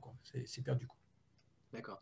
Donc, peut-être à transposer, alors avec une espèce peut-être moins sensible, mais quid peut-être des vidanges d'étangs aussi sur les anodontes, alors beaucoup plus. J'ai pas tout entendu, ça coupé. Pardon, peut-être quid du coup des suppressions d'étangs ou des vidanges d'étangs aussi pour les anodontes qui sont peut-être moins sensibles, mais. Bah, même chose, là aussi, lorsqu'il y a des vidanges d'étangs, bah, les anodontes d'étangs, elles peuvent aussi être impactées. Après, quand il y a des vidanges d'étangs, effectivement, des fois, il y a des vidanges d'étangs avec des assecs prolongés pour permettre la minéralisation. Là, forcément, enfin, ça va impacter fortement les cours d'eau, enfin, la population. Après, elles ont un taux de recolonisation beaucoup plus rapide. Et puis, les étangs ne sont pas vidangés chaque année. Et puis des fois, l'étang est vidangé parce qu'on veut juste récupérer les poissons. Et puis, il est remis en eau très rapidement. Donc des fois, ça permet aux espèces de pouvoir se maintenir aussi, quoi. Et puis, il faut se dire aussi que quand un étang est vidangé, derrière, il y a un réempoisonnement. Et lorsqu'on réempoisonne un étang, bah, on prend des poissons qui viennent d'un autre étang. Et donc, du coup, c'est pour ça que l'anodonte des étangs, entre guillemets, elle est moins impactée par les vidanges, quoi. Enfin, voilà. Elle arrive à résister parce qu'on transporte les poissons aussi, quoi. D'accord. Ok. Du coup, Bruno avait une question de faire le lien entre les poissons et les différentes mulettes, mais ton diaporama y a répondu. Et il y avait une question, oui, qui était liée aussi à quelle profondeur peut-on retrouver des corbicules? Parce que visiblement, on en a retrouvé à 55 mètres dans la retenue des Guzons. J'ai pas tout entendu. Jusqu'à quelle profondeur peut-on trouver des corbicules? Oh, à mon avis, même dans les cours d'eau qui font 3-4 mètres de profondeur, on peut trouver de la corbicule. Ouais, il peut en avoir. Je ne pense pas que ce soit un critère pour elle. Voilà. Là, les seuls secteurs où je ne trouve pas de corbicule, moi, c'est sur les cours d'eau qui sont très frais, où la température de l'eau est très fraîche, où là, on s'aperçoit que la corbicule a du mal à s'installer. Voilà. Mais autrement, les cours d'eau, la profondeur, ça n'intervient pas sur les cours Je d'eau. précise la question, c'était carrément dans les retenues. La retenue des Guzons, par exemple, sur la Creuse, 55 mètres, commence à avoir de la corbicule sur sa périphérie. Jusqu'à quelle profondeur penses-tu que ça va descendre? Bah, je ne pourrais pas te dire là, du coup. Je serais incapable de te dire, je ne sais pas. Je sais on commence à retrouver aussi dans la Vienne, on a un grand lac là qui fait 4-5 mètres de profondeur et il y a de la corbicule au fond du lac, quoi. Après, les barrages, le barrage des Guzons, je serais incapable de dire. Sachant qu'après, bah, forcément, sur les berges, elles peuvent s'installer sur les secteurs où il y a un peu moins de profondeur. Mais à mon avis, elles, je ne suis pas certain qu'elles ne puissent pas s'installer partout, quoi. Voilà. Ok, merci. Ok. Donc, effectivement, nouveau sujet, les corbicules. Perrine, du coup, nous posait la question en cas de crue et de transport sédimentaire. Les individus morts, du coup, effectivement, on peut les retrouver dans des laisses de crue. Est-ce que ça bouge aussi les vivants? Oui, alors, quand il y a des grosses crues, effectivement, il y a des individus qui peuvent être transportés vers les parties aval, hein. Donc, c'est pour ça que bah, des fois, on trouve des individus. Je sais que, par exemple, il y a le cas sur la drone, où ils ont fait des analyses d'ADN environnemental. Grosso modo, la drone, il y a les deux mulettes. Il y a la mulette perlière et la grande mulette. Pour schématiser, sur l'amont, il y a la mulette perlière. Sur la partie aval, il y a plutôt la grande mulette. Et là, ils ont fait de la recherche par ADN environnemental de la grande mulette. Et ils ont trouvé de la mulette perlière sur une partie aval de la drone. Donc, c'est peut-être un individu qui a dévalé, porté par les crues. Et puis, effectivement, Elles sont capables aussi de se déplacer. Alors, elles ne vont pas faire des centaines de mètres, hein. Quoique les anodontes, elles sont capables de faire des… Ouais, on peut voir, mais elles sont capables de se déplacer. Et s'il n'y a pas d'obstacle à leur déplacement, elles sont capables de se déplacer un petit peu. Et même si une crue les emporte, elles sont capables éventuellement de s'enfouir à nouveau dans le sédiment pour trouver une posture qui leur permettra de filtrer l'eau encore pendant pas mal de temps, quoi. Ok, d'accord. Il y avait une question de Jérémy qui était y a-t-il des études qui sont réalisées sur l'impact de l'action de filtration des mulettes sur la qualité de l'eau? Tu as connaissance de ça? Non, enfin, il y en a peut-être eu, mais moi, j'en ai pas forcément connaissance, hein. Je sais que il y a il y a des gens qui ont travaillé sur justement l'effet de la corbicule, les concentrations corbicules. Mais alors après, là, je suis certainement pas au point. Il y a peut-être eu des choses, hein, qui ont été menées sur ces espèces-là. Pour les faire un petit peu de bibliographie, mais ouais, c'est moi qui suis pas forcément au point, mais je pense qu'il y a eu des choses justement sur le sujet, quoi. Plus, mais à ta connaissance, tu connais pas. Non. Okay. Bon, pour revenir sur la corbicule, Étienne Bourri sur la Gartempe Amont côté Limousin nous dit qu'on en retrouve très très haut sur le bassin, hein. Donc sur des cours d'eau qui sont réophiles et frais, ça c'est pour les compléments d'inventaire. Grégory sur la Choisille, pas très loin de Tours, nous dit qu'aussi ils ont eu des inventaires piscicoles réalisés avec la Fédé qui a montré des présences de mulettes épaisses. Voilà. J'en avais entendu parler, ouais. Et puis Alice aussi sur l'Adour qui nous dit que là c'est de la grande mulette aussi pour compléter son inventaire. Voilà. Oui, bah, sur l'Adour, c'est que je n'ai pas cité tous les cours d'eau parce que c'est des cours d'eau que je connais un petit peu moins bien, mais l'Adour, ouais, la grande mulette est connue. Ouais. Est-ce que sur les parties extérieures à la Nouvelle-Aquitaine, ce genre d'inventaire existe aussi dans le réseau France Nature Environnement, par exemple? Alors, je ne connais pas toutes les structures, mais je sais que par exemple, la Cépante, il travaille un petit peu sur la problématique, notamment sur la grande mulette. Et puis, donc, c'est en Indre-et-Loire. Je sais que Indre-Nature aussi travaille aussi sur cette problématique ponctuellement aussi sur voilà. Après, il faut se renseigner ou se rapprocher des associations ou alors même aussi de l'OFB, hein, l'Office français pour la biodiversité, qui peut aussi être amené à travailler sur ces espèces-là. Moi, je connais plus le réseau effectivement en Nouvelle-Aquitaine, mais voilà. Sûr que vous travaillez à cette échelle-là, ouais. Ok. Je crois que tu avais du coup un petit message à faire passer là par rapport aux impacts travaux rivières aussi Oui. et ces espèces-là. Oui, tu veux que je continue? Oui, bah, du coup, tu peux faire passer. Ok. Bah, je reprends l'écran partagé et c'est reparti. Alors, on essaie en un quart d'heure, tu penses que c'est bon? Tu arriveras à faire le tour à peu près? Oui, je vais aller un peu plus vite. Ok, merci.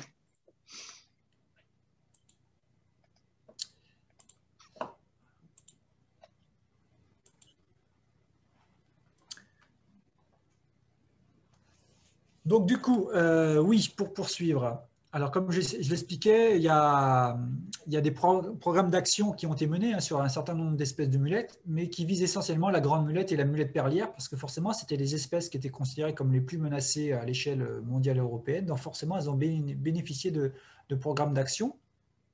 Donc, chacune a bénéficié d'un plan d'action national, hein, que ce soit la grande mulette et la mulette perlière, avec parfois des déclinaisons régionales, notamment pour la mulette perlière. Donc, notamment en Nouvelle-Aquitaine, il y a eu la déclinaison du plan d'action national à l'échelle dans le Limousin. Et puis, pour compléter ça, il y a des sites Natura 2000 qui ont été créés aussi spécifiquement pour prendre en compte la mulette perlière, notamment dans le Limousin. Et puis, il y a des lives qui ont été mis en œuvre aussi, notamment pour la grande mulette et la mulette perlière, notamment pour la grande mulette. Alors, la grande mulette, il n'y a pas eu de déclinaison à l'échelle régionale, parce que la rigueur, on va dire que la grande mulette, elle est présente bon, même si en Indre-et-Loire, ça ne fait pas partie de la Nouvelle-Aquitaine, mais il y a des cours d'eau, en tout cas, riverains. Donc, il y a eu un live sur la grande mulette et un live haute drone pour la prise en compte de la mulette perlière. Donc là, je le connais. Alors, le live grande mulette et puis le PNA grande mulette, je connais un petit peu, mais après, concernant la mulette perlière, je suis un petit peu moins concerné, donc je connais un petit peu moins le contenu. Mais en tout cas, voilà, ces deux espèces ont bénéficié d'actions, de programmes d'action de conservation assez importants et avec des programmes d'élevage, etc., pour la réintroduction. Mais quid des autres espèces? Voilà, donc elles ont été délaissées pendant très longtemps. Même des fois, on ne sait même pas qu'elles sont présentes sur un cours d'eau. Donc, c'est pour montrer un petit peu le niveau de connaissance. Donc là, l'idée vraiment du programme de FNONA, hein, donc c'était de travailler sur ces espèces-là pour qu'à terme, on puisse les prendre aussi en compte ces espèces, sachant que, pour faire très simple, la mulette perlière, elle est sur les zones amont, et puis la grande mulette sur la partie aval, mais entre les deux, il y a plein de choses, et donc c'est là qu'on retrouve toutes les autres espèces. Donc ça permettait aussi de prendre en compte ces espèces sur tout le réseau hydrographique de Nouvelle-Aquitaine. Donc là, je vais vous présenter un petit peu très rapidement 3 actions. Alors, je prends souvent l'exemple de la Vienne parce qu'au niveau de la connaissance, on est un des départements pour lesquels on a fait pas mal de choses, mais c'est la même chose dans le Limousin, ils ont fait aussi beaucoup de choses. Bon, là, voilà. Donc, dans la Vienne, effectivement, il y a quelques années, on s'est posé la question sur la répartition des espèces dans la Vienne. Donc, l'idée, c'était un petit peu comme ce qu'on veut faire à l'échelle de la Nouvelle-Aquitaine, c'est de savoir quelles étaient les espèces présentes et puis comment elles étaient réparties à l'échelle du département. Donc, on a lancé des prospections en suivant les mêmes méthodes que j'ai présentées précédemment. Donc, je vais passer, alors, juste pour l'histoire, donc la Vienne, pour le resituer, donc on est localisé pas le centre de la France, mais presque. Et puis, on est à cheval sur 2 grands bassins, donc principalement le bassin de la Loire, et puis on a une petite partie bassin de la Charente dans le sud-ouest du département, où il y a quasiment 80 km de cours d'eau du bassin de la Charente. Donc, avec des parties socles qui coulent encore sur le socle granitique, où on aurait pu trouver la mulette perlière, des zones plutôt calcaires, et puis des zones plutôt argileuses, sableuses, marneuses, sur lesquelles on peut trouver d'autres espèces. Donc, ça peut expliquer aussi le fait que sur les parties aval des cours d'eau, nous, sur la partie argile, marne et puis karstique, on peut retrouver des diversités d'espèces plus importantes que sur le socle granitique, où là, souvent, on n'a qu'une espèce. Et notamment en Limousin, ils ont souvent la mulette perlière. Et puis, quand on sort de la mulette perlière, des fois, on ne trouve pas forcément les autres espèces. Donc, lorsqu'on veut lancer un inventaire à l'échelle d'un territoire, forcément, le premier travail, c'est de faire une synthèse des connaissances bibliographiques pour savoir un petit peu ce qui a été fait, voir ce qui est historiquement, visiter les collections, avoir des outils de détermination des espèces, et puis forcément se créer une base de données pour pouvoir forcément intégrer et enregistrer toutes ces données-là, pour pouvoir derrière les analyser. Et puis, parallèlement à ça, l'idée, c'était de former aussi les gens, parce que au niveau d'une structure, il peut y avoir un technicien qui travaille sur l'espèce ou les espèces, mais pour couvrir l'ensemble d'un département, c'est un peu faible. Donc, du coup, il faut former les gens, les bénévoles, pourquoi pas se rapprocher aussi des techniciens de rivière pour former un réseau. Donc, ça a permis en 2010, je crois, de faire un petit bilan déjà des connaissances dans le département de la Vienne. Et puis, forcément, grâce à ce programme qu'on avait initié pendant 2 ans en 2010, nous, ça nous a permis de créer un réseau d'observateurs et puis un réseau de partenaires aussi pour échanger sur ces problématiques-là, ce qui nous permet aujourd'hui de proposer des choses qui ne sont pas encore proposées dans d'autres départements, notamment pour la prise en compte des espèces à l'échelle du coup des masses d'eau au niveau des contrats territoriaux des milieux aquatiques.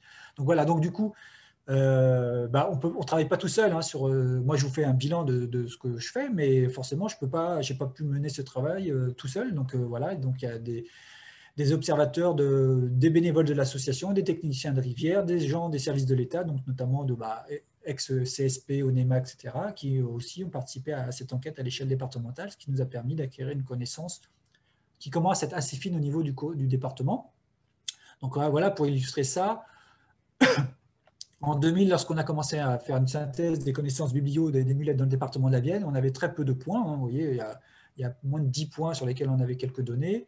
Et en l'espace de 20 ans, du coup, on a pu augmenter la pression d'observation et de recherche des espèces à l'échelle du réseau hydrographique du département de la Vienne. Ce qui fait qu'aujourd'hui, sur grosso modo les 300 cours d'eau qui existent dans le département, il y a, alors là, je n'ai pas mis à jour de ce que j'avais fait en 2020, mais il y a une petite centaine de cours d'eau sur lesquels on a fait des prospections. Alors, soit on a fait des prospections, soit on a eu des informations à partir de recherche, enfin de récolte de valves d'individus morts.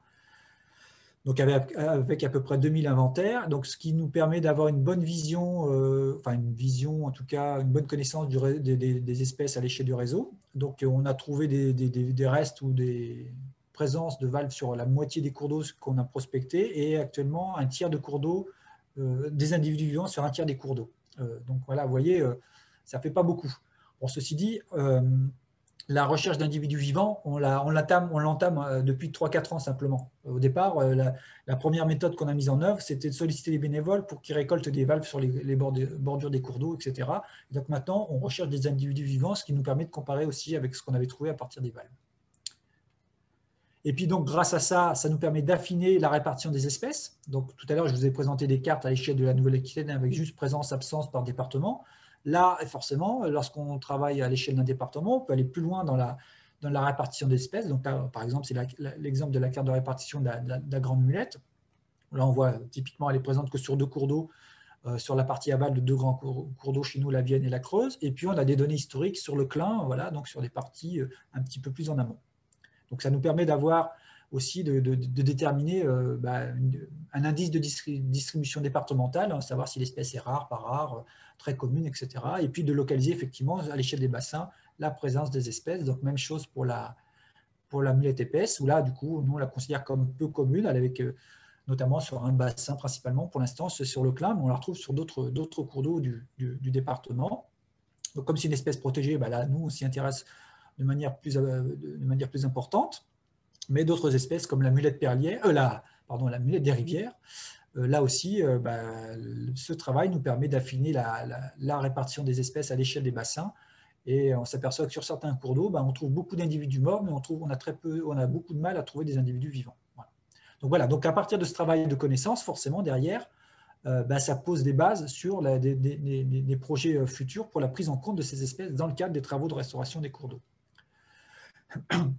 Donc cette connaissance, forcément, elle contribue aussi à apporter des éléments au programme de conservation en cours. Donc, comme je disais, sur la Grande Mulette, il y a un PNA et puis un LIFE donc, qui ont été mis en œuvre pendant un certain temps. Donc du coup, ça a permis d'alimenter cette connaissance aussi. Hein. Donc les informations ont été transmises aux coordinateurs de ces 2 programmes. D'affiner les prospections, nous, dans le cadre d'un programme, notamment dans le cadre d'un contrat territorial Vienne-Aval, où du coup, on s'est spécialisé, on avait monté une action spécialement Grande Mulette, où on a affiné la répartition, on a fait progresser la connaissance de 30 km en amont, et on a trouvé des nouvelles stations d'individus vivants. Donc voilà. Mais par contre, c'est de la recherche spécifique. Donc ça, comme je disais, ça permet de contribuer aussi aux programmes de conservation qui sont en cours. Donc voilà, c'est indispensable, cette connaissance, bien sûr, pour mettre en place des actions derrière de préservation. Donc, grâce à cette connaissance, on est aussi maintenant en capacité de pouvoir, dans la Vienne, proposer ces espèces dans tous les travaux d'inventaire du patrimoine naturel, mais aussi dans le cadre des gros travaux d'aménagement du territoire. Notamment, nous, on a eu la chance ou la malchance, entre guillemets, d'avoir un gros chantier pendant quelques années. Donc, c'était la création de la ligne LGV SEA Atlantique, donc entre Tours et Bordeaux, qui a traversé pas mal de cours d'eau. Et là, du coup, il y avait des obligations réglementaires vis-à-vis du promoteur du projet, hein, notamment Vinci, donc pour mettre en place la séquence éviter, réduire, compenser. Et dans ce cadre-là, forcément, comme il y a eu pas mal de cours d'eau qui ont été impactés, donc ils ont été obligés de prendre en compte la Grande Mulette, parce que alors là, c'est juste pour l'anecdote, mais la voie, la ligne à grande vitesse traverse la Vienne à un moment donné, pile poil, il y a une pile de pont qui tombait pile poil sur une station de Grande Mulette. Voilà, donc c'est vraiment pas de chance, entre guillemets. Donc là, il y a eu des travaux de déplacement des populations, mais aussi la mulette épaisse, qui est une espèce d'intérêt communautaire et protégée, qui est présente sur les autres petits cours d'eau, sur lesquels donc, Vinci est obligé de la prendre en compte grâce à cette connaissance. Donc ça, c'était le côté inventaire à l'échelle d'un territoire qui permet d'emmagasiner de la connaissance pour pouvoir ensuite lancer des programmes d'action. Et donc là, c'est un autre exemple. Donc du coup, dans la Vienne, depuis maintenant 4 ans, 5 ans, dans le cadre des contrats territoriaux au milieu aquatique, nous, on propose des actions de prise en compte des mulettes dans les travaux de restauration des cours d'eau qui sont proposés par d'autres maîtres d'ouvrage. Sachant que l'idée, c'est donc, forcément, ces programmes permettent aussi d'affiner la connaissance de la répartition des espèces sur des petits cours d'eau sur lesquels on n'était pas allé. Mais l'idée, c'est vraiment de faire en sorte que ces espèces soient prises en compte dans des travaux hydromorphologiques proposés par d'autres maîtres d'ouvrage, avec comme postulat, c'est que de toute manière, la restauration hydromorphologique qui est proposée par les syndicats de rivière va aussi contribuer à la conservation de ces espèces patrimoniales, parce que les travaux de restauration sont là aussi pour améliorer le fonctionnement des cours d'eau et la qualité de l'eau. Donc forcément, ça va dans le bon sens. Ce n'est pas une action qui vise à empêcher le fait de mettre en place des travaux hydromorphologiques, mais c'est juste faire en sorte que on se réfléchisse en amont, on se dit oui, mais il y a aussi la présence de mulettes, donc dans les travaux d'hydromorpho, faut prendre en compte cette espèce. Alors pourquoi dans les travaux d'hydromorpho? Tout simplement parce que, alors au départ, lorsqu'on a travaillé sur, les syndicats de rivière, lorsqu'ils ont commencé à travailler sur la restauration hydromorphologique des cours d'eau, ils ont travaillé sur les têtes de bassin, et notamment sur des cours d'eau qui s'asséchaient régulièrement. Donc du coup, les premiers travaux de restauration hydromorphologique dans la Vienne, il n'y avait pas de mulettes, parce que du coup, il y avait pas, il y avait des écoulements intermittents, donc forcément, là, il n'y avait pas besoin de les prendre en compte. Sauf que maintenant, on commence à travailler sur des cours d'eau pour, vous voyez, là, un cours d'eau sur lequel, en termes de faciès d'écoulement, c'est très, très rectiligne, etc. Donc là, il y a des projets d'apport de sédimentaires, de matériaux, pour réduire la largeur du lit, créer des épis, etc. Et donc, dans ce cadre-là, forcément, des fois, il est prévu d'apporter 40, 50, 60 cm de matériel. Et donc, du coup, l'idée, c'est de faire en sorte qu'on évite de mettre 50, 60 cm de matériaux sur des populations de mulettes qui provoqueraient forcément leur mortalité, sachant que les mulettes, des fois, elles sont présentes, c'est des espèces un petit peu grégaires, dans le sens où des fois, quand il y a des glochidies sur un poisson, elles peuvent se déposer quasiment au même endroit en même temps. Donc parfois, sur un cours d'eau, on va trouver 30-40 mulettes sur 10 mètres, et puis on ne va rien trouver pendant 50 mètres. Donc si on peut éviter sur les 10 mètres où elles sont présentes d'apporter 50 cm de matériel, c'est pas mal, ça permet d'éviter d'impacter ces espèces-là. Donc voilà, donc l'idée, c'était de travailler en partenariat avec les maîtres d'ouvrage. Donc là, l'exemple du CTMA Gartempe-Creuse, donc il y a 3 maîtres d'ouvrage qui proposent des travaux d'hydromorpho. Donc la fédération de pêche, le syndicat de rivière de la Gartempe et puis la communauté de communes Vienne et Gartempe. Et donc il est prévu quasiment plus de 23 km de restauration hydromorphologique des cours d'eau. Donc l'idée, c'était que nous, on passe en amont, on fasse des inventaires en amont pour voir s'il y avait des mulettes, donc des enjeux mulettes sur chacun des cours d'eau sur lesquels il était prévu des travaux hydromorphologiques. Donc c'était de faire un état initial finalement. Et puis après, en fonction des résultats, on échange avec les maîtres d'ouvrage pour voir comment on peut prendre en compte l'enjeu mulette qui a été identifié lors de l'état initial. Et puis derrière, forcément, mettre soit des pêches de sauvegarde ou des suites de chantier si c'est nécessaire, s'il y a des enjeux qui ont été mis en évidence. Et puis bon, après, c'est plus sur du long terme, mais comme c'est aussi une espèce indicatrice, c'est de mettre en place des suivis après travaux, même là où il n'y en avait pas, parce que ça peut être intéressant de voir que grâce aux travaux, du coup, on a apparition de mulettes sur les cours d'eau. Donc voilà l'exemple. Par exemple, là, c'est une cartographie. Donc là, c'est par exemple un syndicat. Là, c'est la CCVG, la communauté de communes Vienne et Gartempe, qui avait prévu de faire des travaux de restauration sur un cours d'eau. Donc là, c'est sur le Véron. Donc là, avec des secteurs sur lesquels donc tout ce qui apparaît en orange, donc c'est vraiment les zones où ils voulaient faire de la recherche de granulats. Donc, nous, on a orienté nos prospections sur ce secteur-là pour voir s'il y avait des enjeux mulettes, même si après, c'est intéressant de savoir à l'échelle du cours d'eau s'il y a de la mulette, quoi. Donc ça, c'est un exemple de plan. Et puis sur un autre cours d'eau, on avait travaillé sur des choses beaucoup plus précises, puisque là, le syndicat de rivière nous avait carrément fourni un plan de masse, où là, quasiment au mètre près, on était capable de savoir où allait avoir lieu la recherche en granulat. Donc vous voyez, là, c'est des zones un petit peu grisées, brunâtres.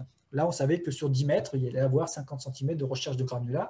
Donc, nous, on a pu orienter nos prospections essentiellement sur ce secteur-là, parce que les autres secteurs n'allaient pas être impactés par les travaux de recharge, donc ce qui me permettait d'affiner les prospections.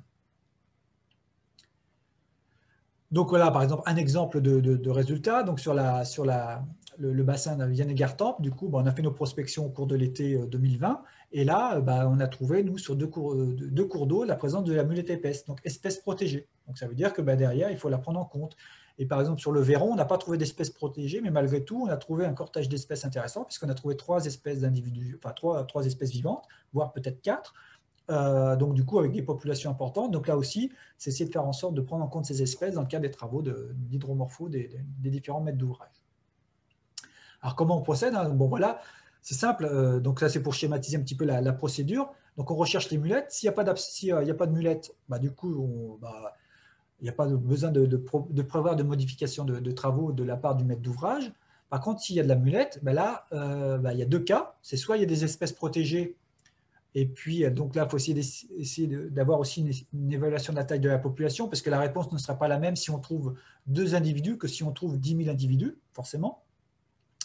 Donc là, si on est dans le cas de la présence d'espèces protégées, notamment la mulette épaisse, bah, on pourrait tomber dans la séquence éviter, réduire, compenser, donc la séquence ERC qui est mise en place au niveau de tous les aménageurs enfin, voilà, lorsqu'on a un projet, sachant que comme je le disais en préambule, l'objet là, c'est du coup ça va dans le sens de la restauration des cours d'eau, donc il faut adapter la séquence ERC, sachant que on n'est pas là pour embêter le syndicat de rivière, mais c'est de faire en sorte que du coup on prenne en compte ces espèces pour éviter d'arriver dans la compensation. Parce que si on arrive dans la compensation, c'est qu'on aura raté le travail précédent, c'est-à-dire qu'on n'aura pas évité, on n'aura pas réduit.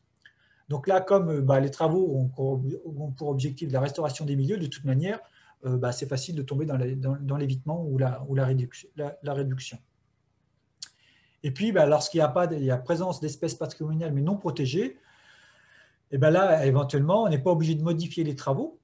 Voilà, mais on peut faire des pêches de sauvegarde, donc là, du coup, il n'y a pas de démarche administrative à faire pour ça. Bon, même si après, moi, je considère qu'une mulette qui est installée à un endroit, qui a pu se développer, c'est qu'elle est les conditions lui étaient favorables, donc si on peut éviter de la déplacer, c'est pas trop mal. Alors, j'en ai pas parlé, mais lorsqu'on est dans la compensation, hein, dans la séquence précédente, ça veut dire qu'il y a des espèces protégées sur lesquelles on n'a pas pu faire l'évitement de la réduction. Donc, normalement, ça veut dire qu'il faut faire un dossier de demande de dérogation pour destruction des espèces protégées. Donc, ça, c'est une demande qui est en plus pour les espèces visées. Les mulettes, c'est une demande qui doit passer par le CNPN. Il faut prévoir une pêche de sauvegarde malgré tout. Et puis, si on fait de la déplacement de mulettes, il faut aussi des autorisations administratives et il faut prévoir de la compensation.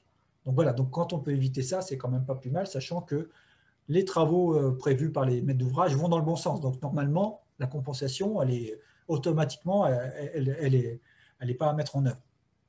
Puis en plus, même les procédures sont un petit peu plus allégées pour les syndicats de rivière qui travaillent dans le cadre des CTMA. Donc voilà, donc ce qu'on a proposé, nous, ce qu'on met en place avec les syndicats, c'est donc du coup, lorsqu'il y a présence de mulettes épaisses, donc espèces protégées, donc là, c'est d'adapter les travaux pour la prise en compte de ces espèces-là. Donc, on reste avec comme objectif de toujours être dans l'évitement dans un premier temps. Donc, l'idée, c'est de définir précisément les zones de dépôt de matériaux qui vont être faits. Donc, soit c'est un plan de masse, mais souvent, c'est impossible d'avoir un plan de masse précis parce que les syndicats de rivière, ils travaillent un petit peu, voilà, quand ils sont sur le terrain, ils disent, bon, on va en mettre là, et voilà. Donc, ils savent sur un tronçon, ils savent sur quel tronçon ils vont travailler, mais au mètre près, ils ne sont pas capables de dire là, on va mettre 10 cm de matériel, là, on va en mettre 50. Voilà. Donc ça se définit un petit peu après sur le terrain. Donc là, l'idée, c'est de partir, de faire des prospections, d'aller avec le maître d'ouvrage sur les tronçons sur lesquels il est prévu ces travaux-là, et de faire de la prospection plus fine sur ces secteurs-là pour voir s'il y a beaucoup d'individus et voir de mulettes, et voir comment après on peut interagir par rapport à ça. Et puis après, là, effectivement, si par exemple sur un tronçon de 100 mètres, on arrive à localiser de la mulette épaisse sur 5 mètres, peut-être que là, on pourra modifier les travaux qui étaient prévus. C'est-à-dire que là, on va éviter de mettre des dépôts de matériel sur ce secteur-là. Voilà. Et puis, la solution 2, c'est la réduction. Donc là, c'est que on pourrait, même chose, on définit les secteurs où on trouve la mulette. Et puis, si on trouve des mulettes, effectivement, on pourrait faire des prélèvements pour des déplacements. On peut l'envisager, par exemple, si sur un secteur, on trouve que 2 mulettes, on peut se dire que là, les mulettes, on va les déplacer parce que 2 mulettes, c'est pas comme s'il y en avait 50. 50, il faut vraiment favoriser l'évitement. S'il y a 2 mulettes, on peut se dire que là, on va essayer de les mettre sur des secteurs de faciès qui lui seront favorables. Malgré tout, qui dit déplacement d'espèces protégées demande une autorisation administrative. Donc ça, il faut la prévoir un petit peu en amont. Donc ça, c'est pour lorsqu'il y a la présence d'espèces protégées. Et puis lorsqu'il y a des espèces qui ne sont pas protégées, je dirais que nous, on propose un petit peu le même schéma, donc avec l'évitement dans un premier temps, parce que même si elles ne sont pas protégées, on considère que c'est des espèces patrimoniales. Et puis en solution 2, effectivement, la réduction, c'est-à-dire que là, le prélèvement pour les déplacements, à la rigueur, il peut se faire, on n'a pas besoin d'autorisation administrative parce que c'est des espèces qui ne sont pas protégées. Alors après, comme je disais, nous, le message qu'on fait passer, c'est qu'on va toujours éviter l'évitement, enfin le déplacement, pardon, parce qu'on considère que quand il y a une station, enfin, quand les individus sont à un endroit, c'est que les conditions d'écoulement, de ressources alimentaires lui sont favorables, et donc si on peut éviter de la perturber, c'est pas plus mal, quoi. Voilà. Donc ça, voilà, c'est des choses qu'on affine avec les syndicats de rivière et qu'on va mettre en œuvre très prochainement là, avec la CCVG sur les cours d'eau où il y a de la mulette épaisse notamment. Voilà. Donc ça, c'est un travail qu'on mène depuis 4-5 ans avec les syndicats de rivière. Alors, le message n'est pas toujours facile à faire passer. Et puis c'est la même chose avec la fédération de pêche. Donc voilà, donc c'est aussi qui sont aussi des fois qui font aussi des travaux de restauration hydromorphologique du cours d'eau. Et puis, autre prise en compte des mulettes dans le cadre de travaux de restauration, c'est aussi dans les travaux de restauration des ouvrages d'art. Parce que là, on s'est aperçu aussi, alors là, ce n'est pas forcément les syndicats de rivière qui portent ça, c'est souvent soit une collectivité, soit le conseil départemental, les conseils départementaux, mais là, on s'aperçoit aussi que sous les ponts ou à proximité des ouvrages, il y a aussi des populations de mulettes. Et souvent, lorsqu'on fait des travaux sur des petits ponts ou même des grands ponts, on peut être amené à installer des bâtards d'eau pour une mise à sec temporaire du cours d'eau. Donc là, si on peut éviter de ces mises à sec ou éviter en tout cas lors de la mise à sec on laisse les individus périr, voilà, donc l'idée c'est là aussi de proposer un état initial sous le pont, mais aussi un petit peu en amont, un petit peu en aval, pour un petit peu quelles sont les espèces qui sont présentes, et puis d'échanger avec le maître d'ouvrage pour une prise en compte de ces mulettes là, sachant que là du coup là automatiquement le porteur du projet il est soumis à la séquence ERC. Autant les syndicats de rivière, dans le cadre de la restauration de leurs cours d'eau, ils le sont un peu moins normalement parce que la réglementation, c'est un petit peu allégé. Mais par contre, un conseil départemental, une collectivité qui veut faire la restauration d'un pont, il est soumis à la séquence ERC, donc évitement, réduction, compensation. Donc s'il ne veut pas éviter et réduire, du coup, ils doivent compenser. Donc là, après, nous, on peut être... si vous avez connaissance de projets de restauration de ponts, alors généralement, dans la Vienne, nous, on est au courant, mais des fois, on ne l'est pas forcément.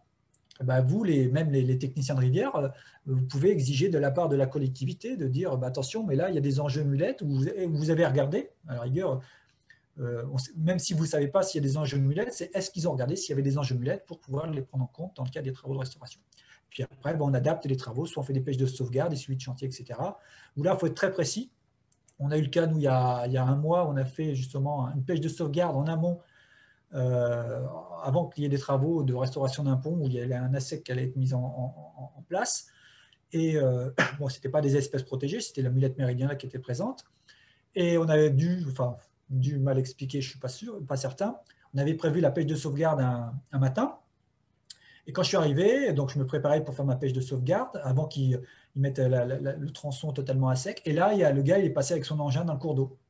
J'ai dit non mais vous foutez de ma gueule, on a prévu de faire une pêche de sauvegarde et vous passez avec un engin sur le secteur, donc forcément l'impact de l'engin qui passe dans le cours d'eau, voilà. Bon, donc ça veut dire, alors nous on se remet en cause quand on a ça, on se dit c'est peut-être qu'on n'a pas été assez clair. Donc il faut bien être très précis avec les porteurs de projets et puis ne pas hésiter à faire du suivi de chantier parce qu'on s'aperçoit qu'il y a toujours des petites erreurs qui sont faites qui pourraient être évitées, quoi.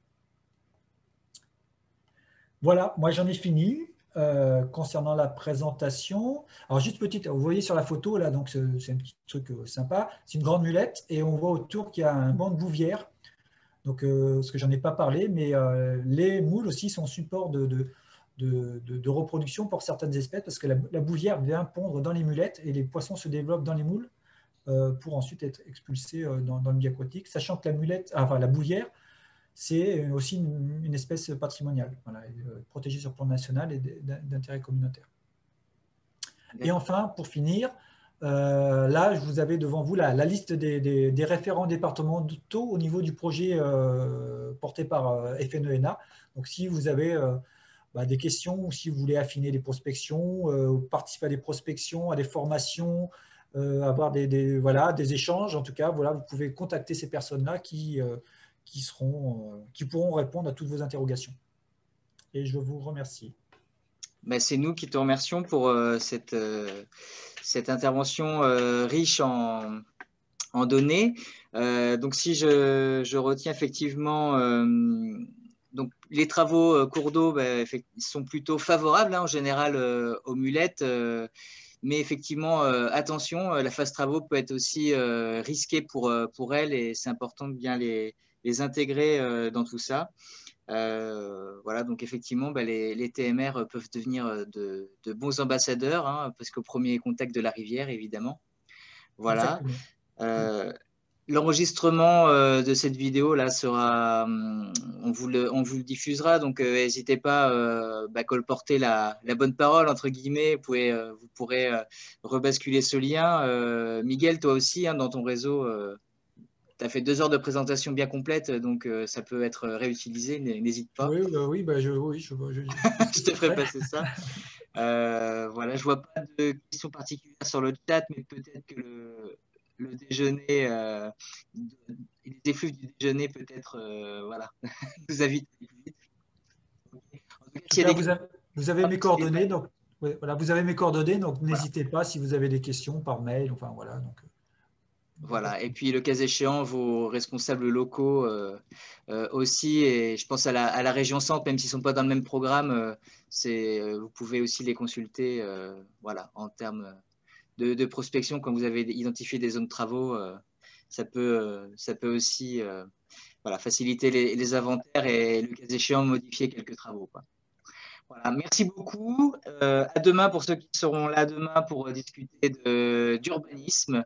Voilà, et puis je vous souhaite un bon appétit et à bientôt au forum. Et vive les mulettes!